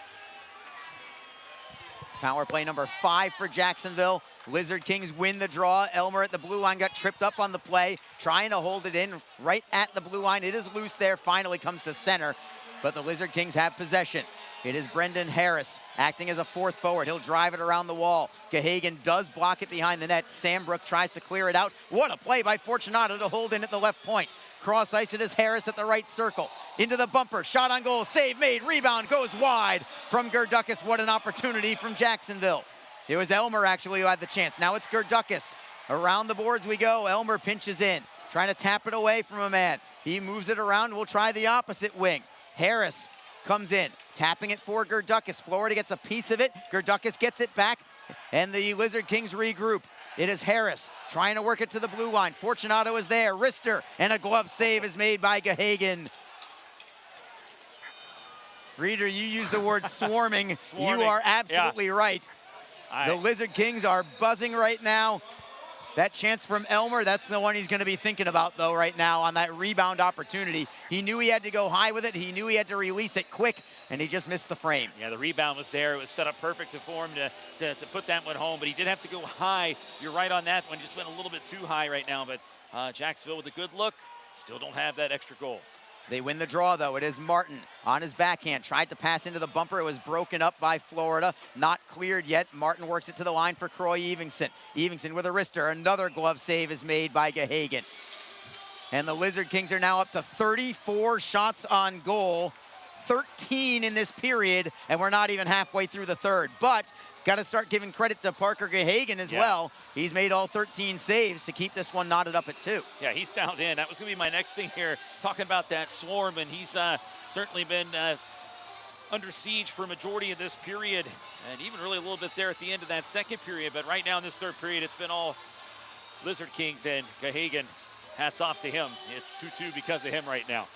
Still a power play for 50 more seconds. Jacksonville wins another draw. Evingson to Martin, right circle, into the bumper and back to the line. It's Evingson, center point. Wrister in a screen. Save is made. Rebound is loose. Can they get the shot away? No. Neville threw it off glass. He will try to clear it out, and he does get it over the head of Croy Evingson. No easy task. Neville putting it off glass, nearly put it over the glass. That would have been a two-man advantage. Jacksonville back at center ice. It is Martin trying to cut from the inside out. He stood up at the line by LeBlanc. Florida gets the steal and clear.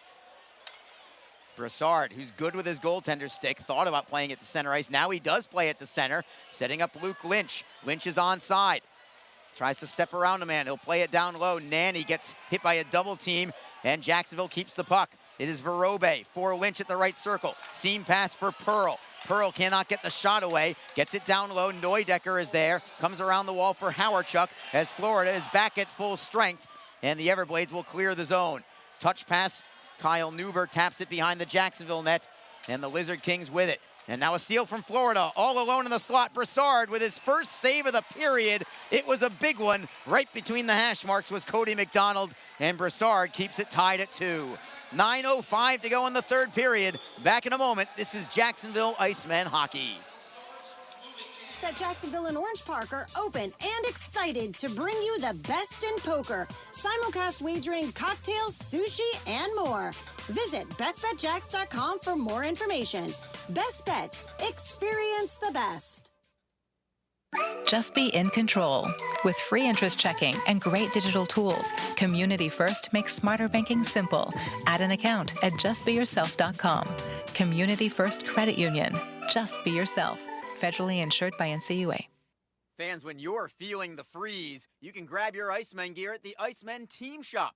Just visit jacksonvilleicemen.com/merch to visit our online store. You can purchase Icemen team jerseys, t-shirts, hats, pucks, kids gear, and much more. If you're at the game, you can also stop by our merchandise kiosk located in the arena concourse. If you're located out of town but want to show your support for the Icemen from afar, shipping options are available. So visit jacksonvilleicemen.com/merch to get your Icemen swag today. 2-2 hockey game, 9 minutes and change to go in the third period. Could we be looking potentially at a fifth overtime game between these two clubs and only 7 total contests? We're not far from that point right now. It's been all Jacksonville in this third period, but no goals to speak of. And so it's still anybody's game, and now it's Florida with the puck in the offensive zone. Blake Winicky to the blue line. Masella moves it left to right. Back into the bumper. A couple of men lose the handle. Trying to golf it out is Vlad Mikulchuk. Can't do it yet. Lizard Kings get it back. Masella at the blue line holds it in. Now it's broken up by Jacksonville. Man is tripped up on the play, but here comes Harris over the blue line. Harris with a drop pass. Comes to the blue line. Mikulchuk will just play it underneath.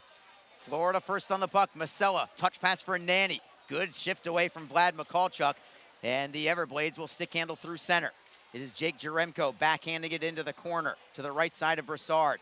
Berzola tries to golf it away. Comes around the wall, and Florida gets it back. They'll keep it in the offensive zone.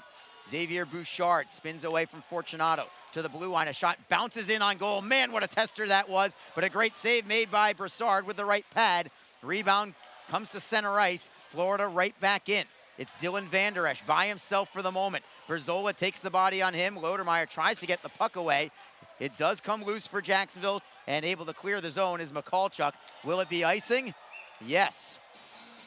Clock will stop with 7:37 to go in the third.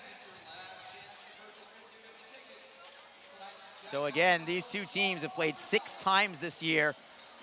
Jacksonville has won once in regulation. Florida has won once in regulation. The other 4 have all gone to either overtime or shootout, and Jacksonville won all 4 of those occasions. I believe it was once in overtime and 3 times in a shootout, including a couple of weeks ago in Estera. Face off to the right of Lizard King netminder Francois Broussard, and Jacksonville comes away with it. Trying to play it deep was Brandon Fortunato. He couldn't get it all the way in, and Florida takes over at their own line.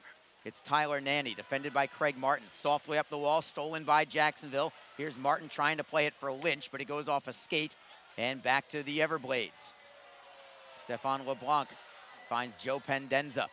Goes off the referee. It belongs to Jacksonville because of it. A bit of a break. Here comes Sides trying to center, but he's spun around by LeBlanc. Getting a piece of it was Lynch. Will play on. Lynch is going to be first on the puck. Florida wants it to touch with a high stick. Verobe with a slap shot. Deflected just wide on the play. Couple of men go down. We play on. Centering pass. Deflects up high. Where's the puck? It stays in play, and Pendenza will clear it away. Another great opportunity there for the Lizard Kings as we have an icing call against Florida. I thought I heard a whistle somewhere in there. Yeah, I did too, and I think some of the players did as well, as some of them kind of slowed up a little bit, but others had stayed with it, maybe didn't hear it or thought, I'm not sure. They stayed with the play, but yeah, I agree with you, or I thought I heard it a lot sooner. So the draw will come in the Florida zone, 6:43 to go in the third period. Jacksonville will take a win any way that they can get it against a quality team like Florida, but it would be so much sweeter if you can do it in the next 6:43 and do it in the third period rather than waiting to the extra session. They have all the momentum right now. 14 shots on goal this period.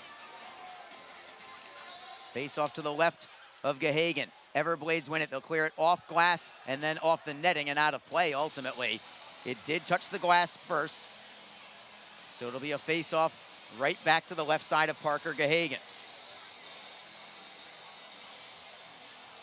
Abbott Gerdukis, Jake Elmer, Ben Howarchuk are your forwards.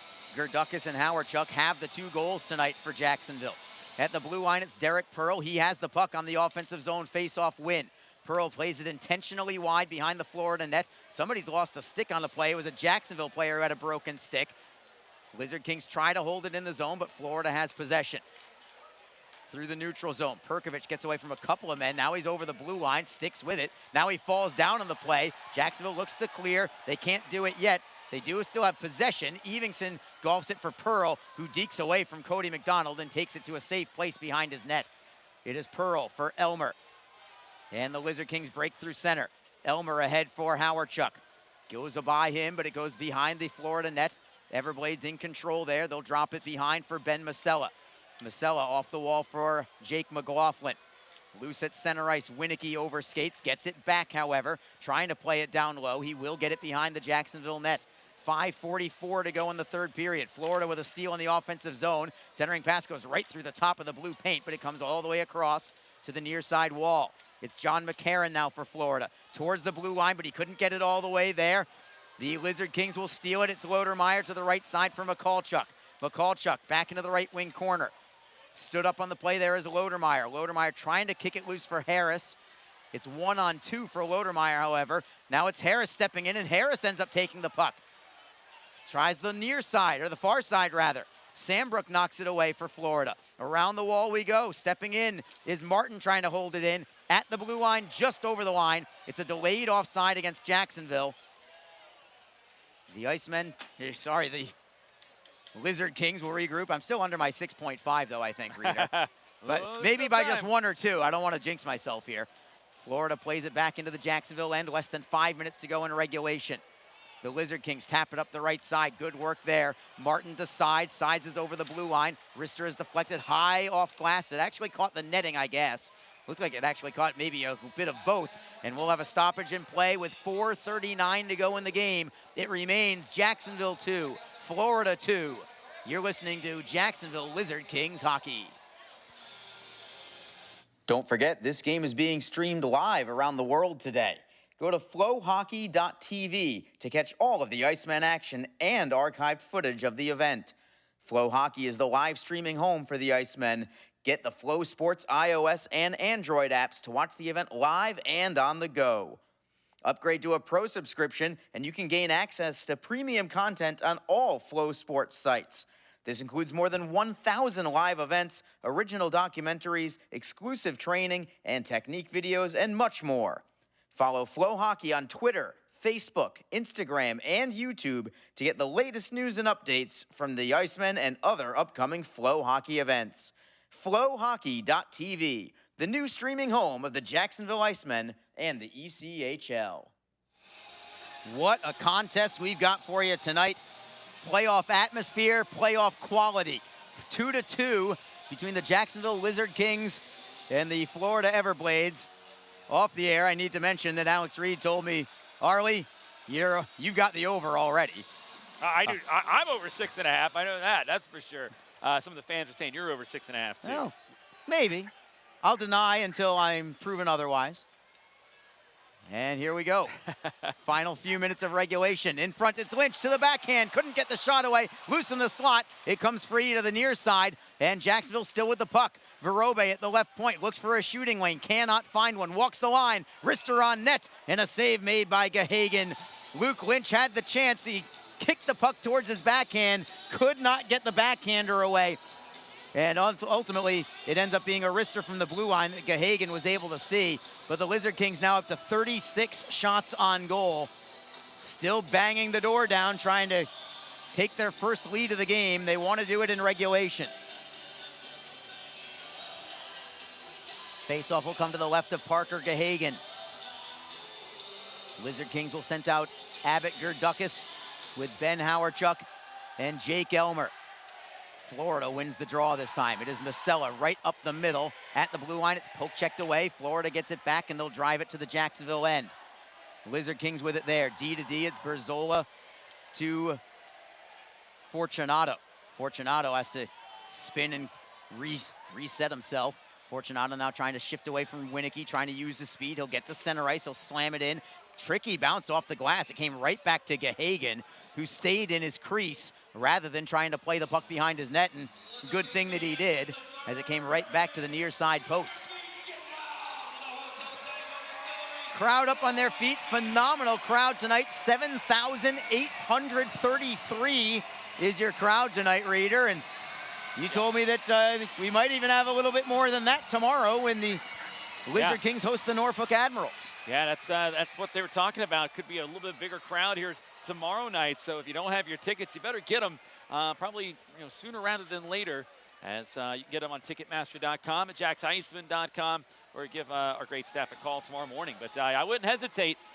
It's trending. Yes. The other way here. So get your tickets now. A potential sellout, maybe even? Who knows? Florida had iced the puck just moments ago, so we're going to drop it again in the Everblade zone. Gerdukis on the draw for Jacksonville. Jaremko for Florida. Everblades win it. Is Nanny behind his net. He'll play it behind his back. Taking the body there is Gerdukis, but Florida clears it to center. It is Winicky from the red line, forehanding it around the wall. Brassard unable to block it behind the net, but it comes up high for the Lizard Kings. Outlet pass just out of the reach of Jake Elmer with his speed trying to beat a man to the puck, but LeBlanc is there by half a stride, and Florida plays it to neutral ice. Down to 3:13 to go in the third period. 2-2 is your score. Jacksonville playing at cross ice. Howarchuk is there. He'll wrist it in and take a line change on the fly. Florida has all day behind their own net right now as Derek Lodermeyer steps onto the ice with Brendan Harris and Vlad Mikulchuk. Long outlet pass from Florida. Tapped away in the neutral zone. Comes free for Jacksonville. Clearing right back in is Mikulchuk. Lodermeyer gives chase, but Florida is first on the puck. McLaughlin plays it around the wall. He does get it back out to the Jacksonville end. No icing here. Oh, no, they will call it icing. It did make its way to the goal line. I'm surprised. Derek Pearl was going at such a velocity, usually that when they have an icing call, the defender kind of coasts towards the goal line. So I figured since he wasn't coasting that it wasn't going to reach there. Yeah, I didn't either. And then just got that last second whistle came in. And one of those tough plays there, especially when you got a guy like Kyle Neuber bearing down on you. You want that whistle to come as quickly as possible, because if you're forced to play it, you know you're going to get crunched. Face off to the right of Gahagan. It's been all Jacksonville this period, everything but the goal. It's been 2-2 the entire way. Jacksonville with a steal. Shot from Verobe is blocked. Here come the Everblades back through center ice, and they'll skate into the Jacksonville end. Perkovic behind the Lizard King net. Comes to the far side. Lizard Kings try to pull it away to center ice. They do get it to center. Now they'll continue with the puck. It's Verobe at the red line. Now over the blue by himself. Tries to step around everybody. Finally pushed away by Masella. And Gahagan will have the puck trickle to him, and he'll take the draw. It was well defended by Florida, and I like the move as well from Verobe. Well, he's got some flashiness to his game, doesn't he, Harley? And some swagger. Some swagger, and it's been working. Again, we talked about it, highlighted he's got a 3-game goal-scoring streak on the line heading in, but again, another one of those acquisitions. We've talked about Harris. We highlighted him. Pavel Verobe comes in at a time when the Icemen needed some help on the blue line, and now he's being a contributor here every night. Jacksonville's done a really good job in acquisitions they've made here recently. Florida wins this draw. It is Van Der Esch into the Lizard King zone. Berzola plays it off the wall for Martin. Handles a hot pass well and then feeds Luke Lynch. Lynch over the blue line. Knocked away by the Everblades. It's Michael Neville coming the other way. Neville for Pendenza. Deflected by Jacksonville. Long outlet pass. Lynch taps it ahead. Comes over the blue line for Sides. Shot on goal. Softly on goal. Gahagan with a blocker save. Sides gets it back to the blue line for Fortunato, trying to get around Van Der Esch. Van Der Esch stands him up against the wall. It'll come around to the near side. Berzola pinches in. Taps it loose for Martin into the slot. At Sides. Rister. Stick save is made by Gahagan. 1:28 on the clock in the third period. Florida tries to clear it out. They can't do it yet. It's 1-on-3. Getting a piece of it was Martin. Nearly got the turnover. Now looking for the turnover again is Howardchuk. Howardchuk will keep it in. Florida finally knocks it off the boards and out. Could be icing if it goes wide of the net, and it does, barely. Icing against Florida. They are really on their heels, Reader. I think the Everblades are just waiting to get to overtime and hoping they can get a point on the road. Well, they're the road team, and yeah, you don't want to go away empty-handed. I know they got to go up to South Carolina after this, but they want to make sure they secure the point on their end. That's so key when you go on the road, especially against a team you're chasing, because even if you were to fall there in the extra session, you kind of cut into it a little bit by gaining that point. Usually the road team, that kind of gets on their mind late in these games. Face off to the left of Gahagan. Florida wins it. They will play it out. Is this going to be icing again? Yes, with 1:01 to go.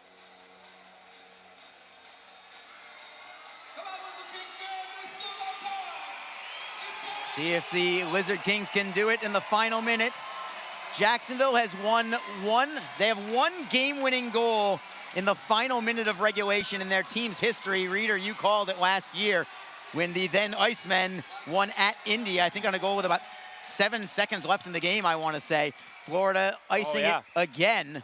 Brandon Gignac had that game-winning goal for Jacksonville. But that's the only time they've ever won a game in the final minute, at least broken a tie in the final minute. Yeah. Perhaps this will be the second and the first on home ice. Well, 54 seconds to go, and they have been on the attack.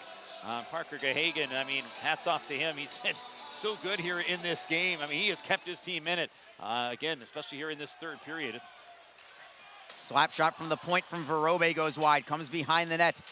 The Lizard Kings still trying to pressure. Howardchuk got a stick up high, no call. Still comes loose for the Lizard Kings. It is Elmer to the blue line for Verobe. Rister in a screen, blocked in front. It's all Jacksonville right now. 34 seconds to go. The Lizard Kings looking for the win in regulation. Elmer tries to get the puck loose for Gerdukas. At the blue line, it's Verobe. Slap shot, save is made. Rebound cleared off the wall and out by Florida. No icing this time.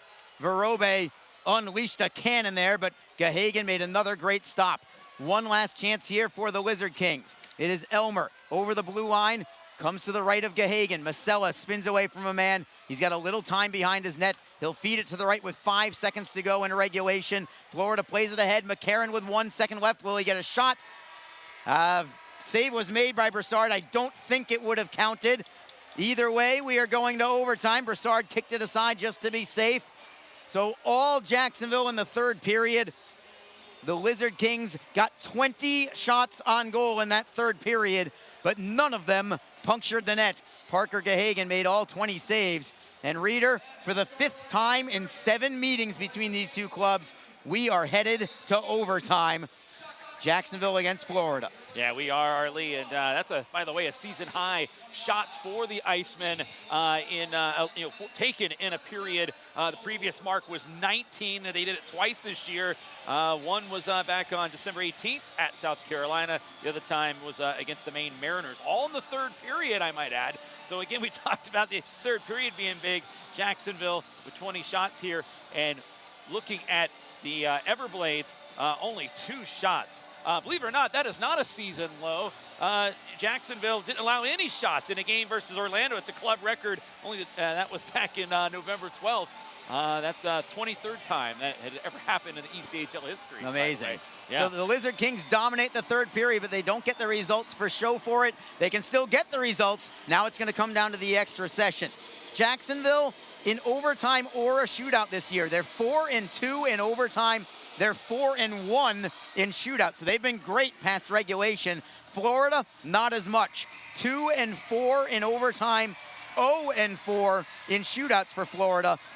And 4 of their 8 combined losses after regulation have been against Jacksonville. So we'll see if the Lizard Kings can get the victory and stay in first place in the South Division. The teams switch sides. The Lizard Kings will be skating from right to left. Ben Howarchuk is on the ice. He's got 3 of the 4 overtime goals for Jacksonville this year, including 1 against Florida. Puck is down. Everblades control. Here we go. 7 minutes of overtime. It is Tyler Nanny skating behind his net. Plenty of ice out there in 3-on-3. To the right wing, it's Jake Jaremko for the Everblades. Takes it over the blue line, onside, poked away by Jacksonville, not cleared yet. It comes to the blue line. Nanny is there, winds and fires, put it just wide on the play. Comes off the end boards. Who can get to the puck? Nobody can. Loose behind the net. Howarchuk finally pulls it away. Howarchuk spins from McCarron to give himself some more space. Now a long outlet pass, 2-on-1 for the Lizard Kings. Fortunato pulls the trigger, centering pass. And is it in? No, centering feed, Fortunato, and he puts it wide. It was Gerdukas who had the opportunity. I don't know how that puck didn't go in. Oh, I don't either, Arlie. I don't know. Did Garhagen, did he get a piece of that? I feel like he did, but I'm not positive. Yeah, unbelievable if he did on a perfectly set up play there by Jacksonville. Even if he made the save, I'm wondering if the puck crossed the goal line while he made the save. Meanwhile, it's Florida with a shot. That goes wide to the short side. It comes off the end boards. Who's going to end up with it? The Everblades do. They have it back in their own zone. Long outlet pass. It is Masella over the blue line. Poke checked away by Fortunato. Taps it ahead. Too far ahead. Gahagen comes out of his net. He'll beat Brendan Harris to the puck. A long pass from Gahagen, but he does connect to Dylan Van Der Esch. 5:34 to go in overtime. 2-2. A steal for Jacksonville. Craig Martin dekes around a man into the slot. Gets away from a man. He'll skate out to center to maintain possession. The puck was fighting him. He just wanted to make sure he held on to the puck. Now here's Marty again. Craig Martin at center ice, tapping it back to his own blue line for Zach Berzola. Martin wants a line change. Berzola through center ice, the former Everblade player. Regroups again at center. Berzola feeds it for Jake Elmer. It's a great position for Elmer with all that speed, but a steal from Florida. Coming the other way is Blake Winicky. Winicky cuts to the inside, loses the handle. Here comes Jacksonville the other way. It's 2-on-2. Elmer going wide, trying to beat McLaughlin. McLaughlin taps it away from him. Here come the Everblades. They might have a 2-on-1. Derek Lodermeyer is defending. Winicky on the left wing side with LeBlanc. Shot is wide of the net from Winicky. It was beautifully defended by Lodermeyer. Florida still has the puck, though. LeBlanc into the high slot. Glove save by Brassard on the one-timer from Tyler Nanny. That was a thing of beauty from Francois Brassard. Yeah, it was. Boy, that was a hard shot coming on the one-timer. And right into the mitt there. No rebound, just clean snare out of midair there by Francois Brassard to keep it out. 4:36 to go. Arlie here in the extra session.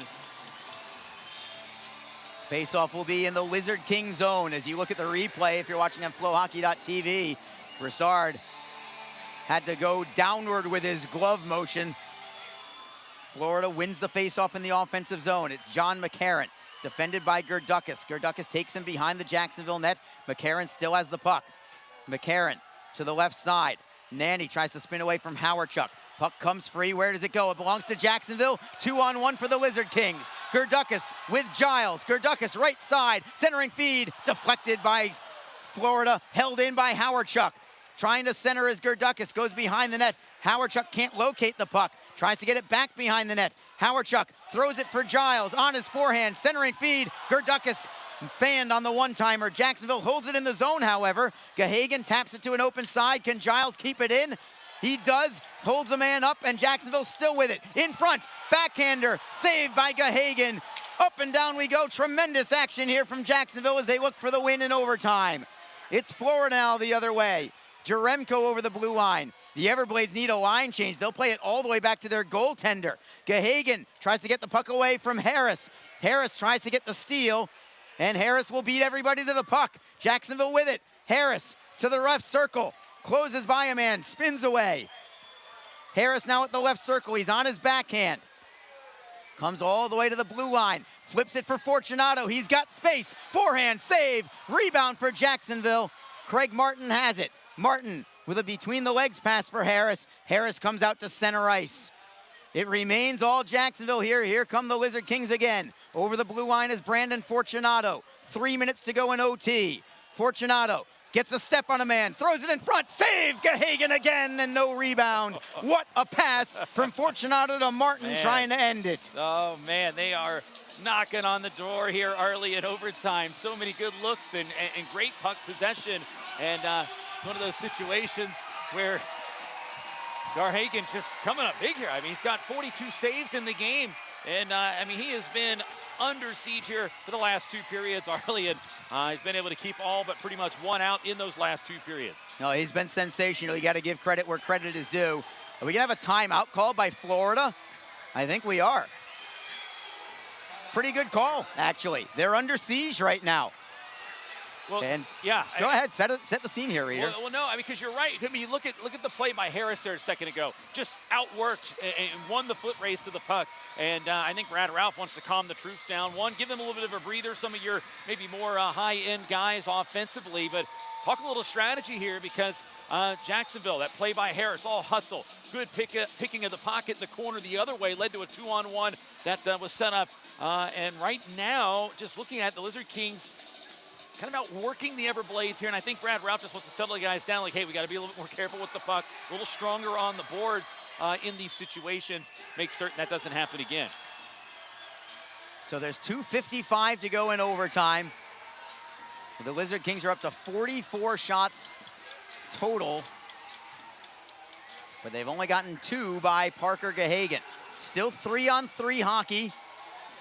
Face-off is in the Everblade zone.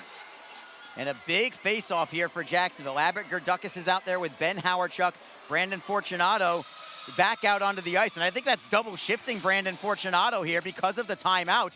That's a good move there by Nick Luco to have him out there, and Jacksonville does win the draw.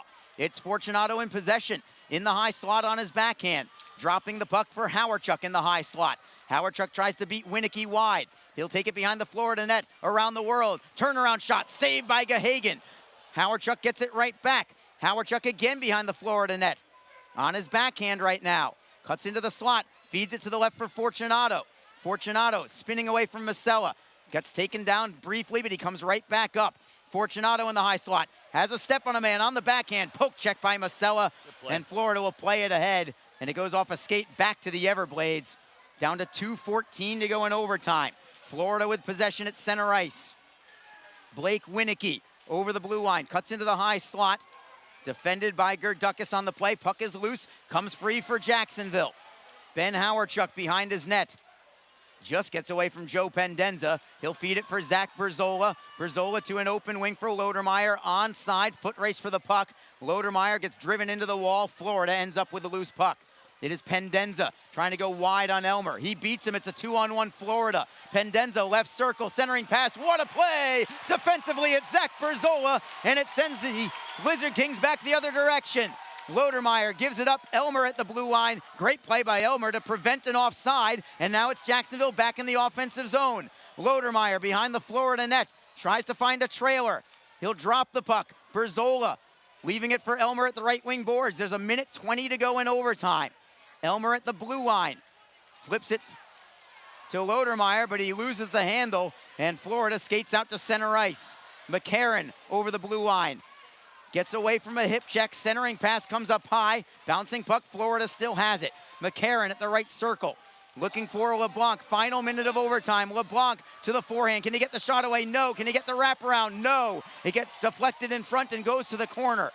50 seconds to go in overtime. Puck is tangled up along the corner. Jacksonville comes away with it. Cross check from McCarron, no call. Florida will get the puck back in their own zone. That easily could have been a penalty on the Everblades. Long outlet pass. Jacksonville has it. Berzola has a man ahead of the pack. Flips it up the right side. Harris is onside with Martin, 2-on-1. Martin couldn't get the shot away. It jumped over his stick. Martin comes back at center ice, 23 seconds to go. Martin looking for Fortunato. Deflected away. Is it too many men? Too many men on Florida. A penalty on Florida for too many men. Yeah, bad change there. They didn't get the next guy off there, and it's going to be 4-on-3 here now with the penalty. Only 17 seconds to work with, so this will be a key face-off here as the penalty for too many men will be assessed here to the Everblades. But the Lizard Kings have an opportunity. They can get this face-off won. They got enough time maybe to set something up here, Arlie. It's not a lot of time, but it's not no time either. Right. And you would love to see the Lizard Kings put it home on the power play to finish it off. If not, then we'll head to yet another shootout between these two teams. No stranger to either of those situations. So too many men on the ice for Florida.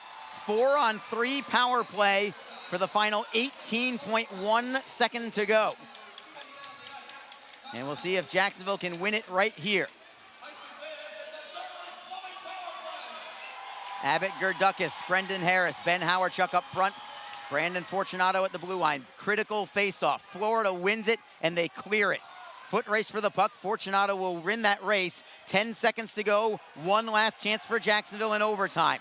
Fortunato with speed over the blue line. 5 seconds to go. Gerdukis to the blue line. Harris closes, throws it in front. Save is made. Rebound goes into the corner, and we will head to a shootout.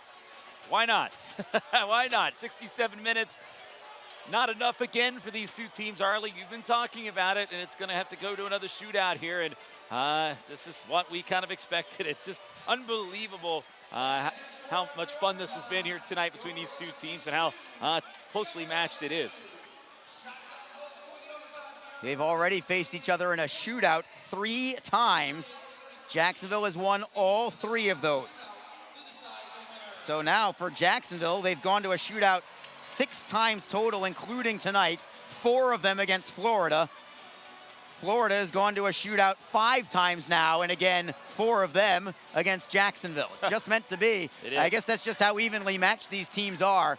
But Jacksonville has gotten the job done in the extra session or in shootout every time so far. They're going to look to continue that streak here as the netminders change places. And we expect Jacksonville to be shooting first here. Yeah, they got the lineup cards out so they can write the first 3 shooters at least. I don't know if they turn those in ahead of time anymore. I'm not really certain. I just see that they got the lineup cards. Might just be using it as note paper here, the officials and the linesmen, but they're having a little discussion right now here on the near side glass in front of the scorers table. But it's not quite time to get started here. I got a couple more seconds to tick off here in the between session here. But it looks as if it's going to be Derek Lodemeyer shooting first, Arlie, and he was perfect. 2 for 2 in his first 2 on the season. Did not score, though, in the shootout a couple of weeks ago down in Florida. So he's 2 of 3 on the year in shootout. Lodemeyer, a left-handed shot. He gets the whistle from the official. Here he comes. Round 1 of the shootout. Lodemeyer very slowly into the Florida zone. Cutting to the left, forehand, and he put it wide. I think that actually went through the legs of Gahagan, but I think it caught his skate and redirected wide on the play. Yeah, I think it did. I think it caught just enough of it and sent it wide. It was a very slow approach there, and Gahagan had to react quickly. Blake Winicky now coming on for Florida. Chorus of boos for him. Yeah, one of the leading scorers in the league, ranked 3rd coming into today's play. Winicky, a left-handed shot. He comes down on the off wing. Winicky, forehand and a score. And it's 1-0 Florida after one round.